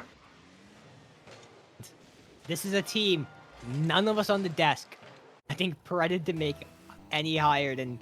Did any of us pred to go higher than top 6 on this team? Washington State. I don't believe so, but It's not over. we still have a minute and a half to go. And that's only 3 goals. Yeah, it's very much still in the books here. But right now, as we go into minute 30, as you said, 90 seconds, it's anyone's game. It's not anyone's game. I think it's very... Recumbent Jones has had a disaster class of a Game 7 here. Salty, though, he's going to be the one on the play. Gets cut off there, but he has a big clear there by Washington State. Every second matters here. You need to go as quick as possible, but Koro! This guy is a magician, man. As he goes out of the corner, gets the ball, hits one, gets the double off, and just 4 goals again that Iowa State need. And when they feel that they're in it, they get taken straight back out. I don't even know what to expect from this Game 7. I think right now, Washington State, listen, they have Iowa where they want them. They have the type of gameplay that they know that they can play with, and they're doing it right now. And Iowa State, they don't have a response. And they have 1 minute minute to get back in this game. I'm so flabbergasted by this. I'm stuttering over my words. As Nienta, he's gonna have a free goal here. And at this point, it's all formality. The game has been wrapped up. They've done it. And Washington State, a team that we averaged at a 6.5 average ranking in the playoffs. They are all but confirmed a top 4 finish, exceeding all of our expectations. And they are the ones who will be the ones starting a run. Yep. Yes, they will. All things considered, I didn't have them rated that high, but truthfully, if they could play like they're playing right now, that's why I had them as my dark horse. That's why I had them. I felt like they could make the run that no one expected. And right now, it seems like they're setting themselves up for it as we're going on 10 seconds left in this match. An absolutely dominant last game here from Washington. Are they going to get another? They will with 1 second left. Nienta, by this point, just padding the stats.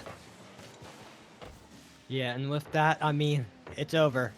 1 second winnable, as Jones says.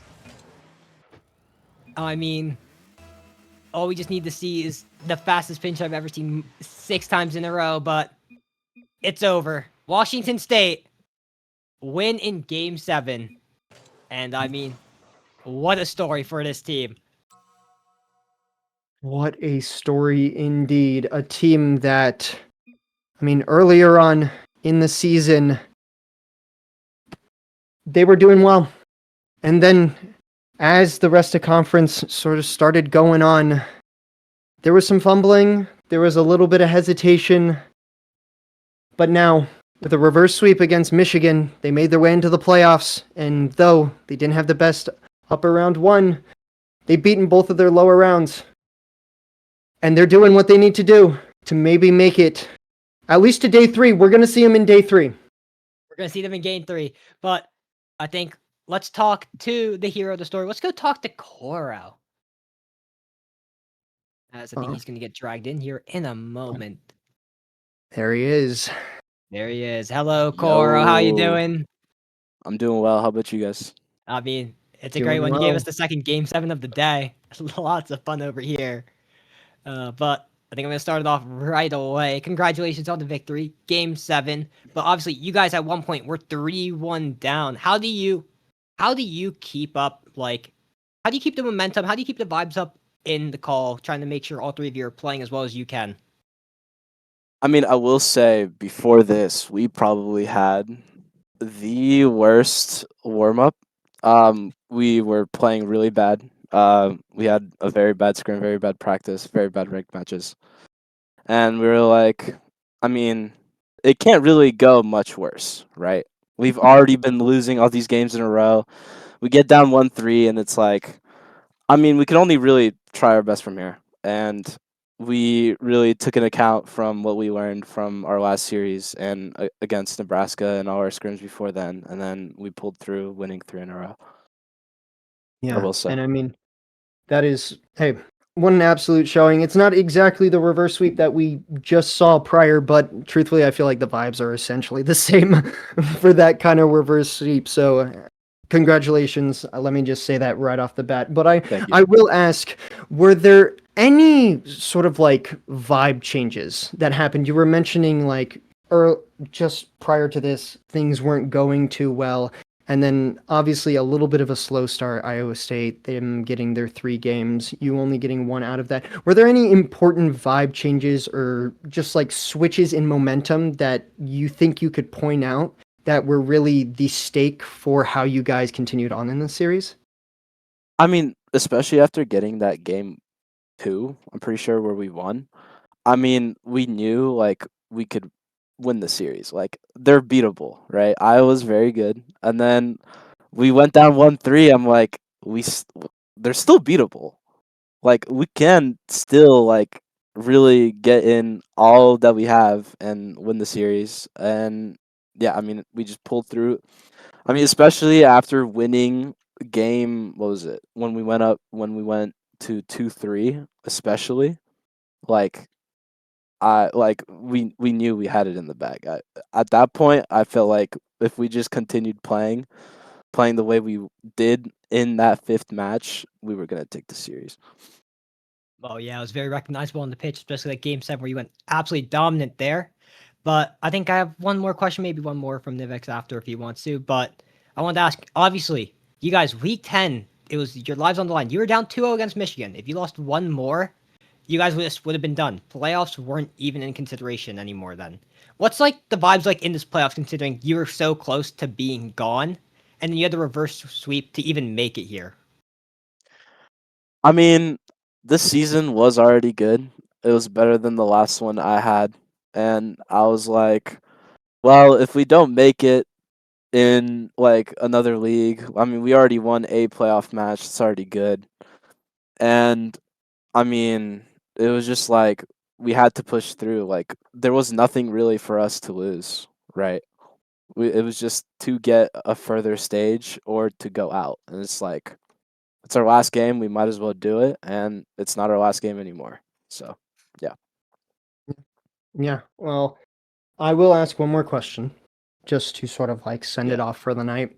And I want to hear some confidence in your voice when I ask this question. Okay. Are you guys going to be MCC champions? Yes. I love that. Yeah, I he says, absolutely "Goodbye." love that. Thank you so much, Coro, That's and we great. will be seeing you on Wednesday. Good luck against Kansas State, Yep. and have a good Thank one. you. Talk to your team Yeah, you shortly. too. Yeah, have a Yep. good night. Have a good night. Yeah. And with that comes the end of lower round 2. And I mean, what a round of games can we say? 2 games of a reverse sweep denial by Kansas State, and an almost reverse, not quite a reverse sweep, I'll call it, but a 3 game in a row by Washington State to make themselves get a victory. I mean, could you ask for a better day?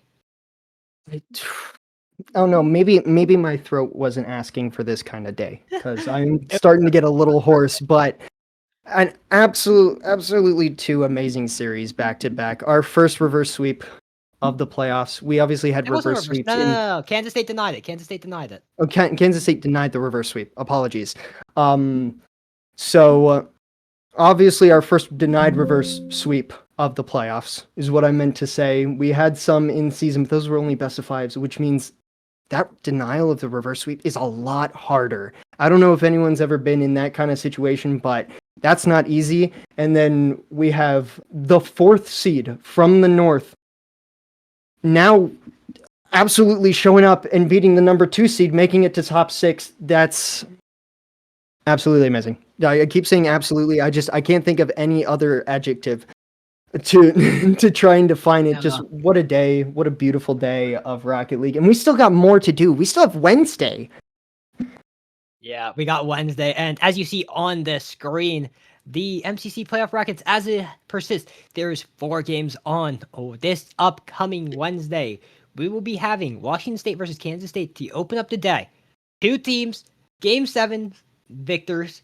And I mean, at this point, and then we got in the top, the upper half, the Nebraska CSUF, 2 teams who've been kind of dominant.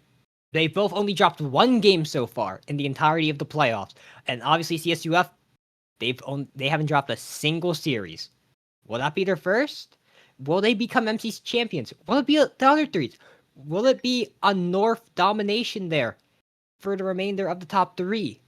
Which I mean it is, but you know what I mean. Will the grand finals be all North? I guess we're going to find out on Wednesday, or we're going to find out on day 3 of the MCC playoffs. Wouldn't you say, Nivex? Yes, I would say that, which means, again, guys, we just have more Rocket League for you. We just continue to have some great Rocket League that I hope y'all are enjoying. I mean, 2 games back-to-back, game 7s. I mean, what more could you ask for?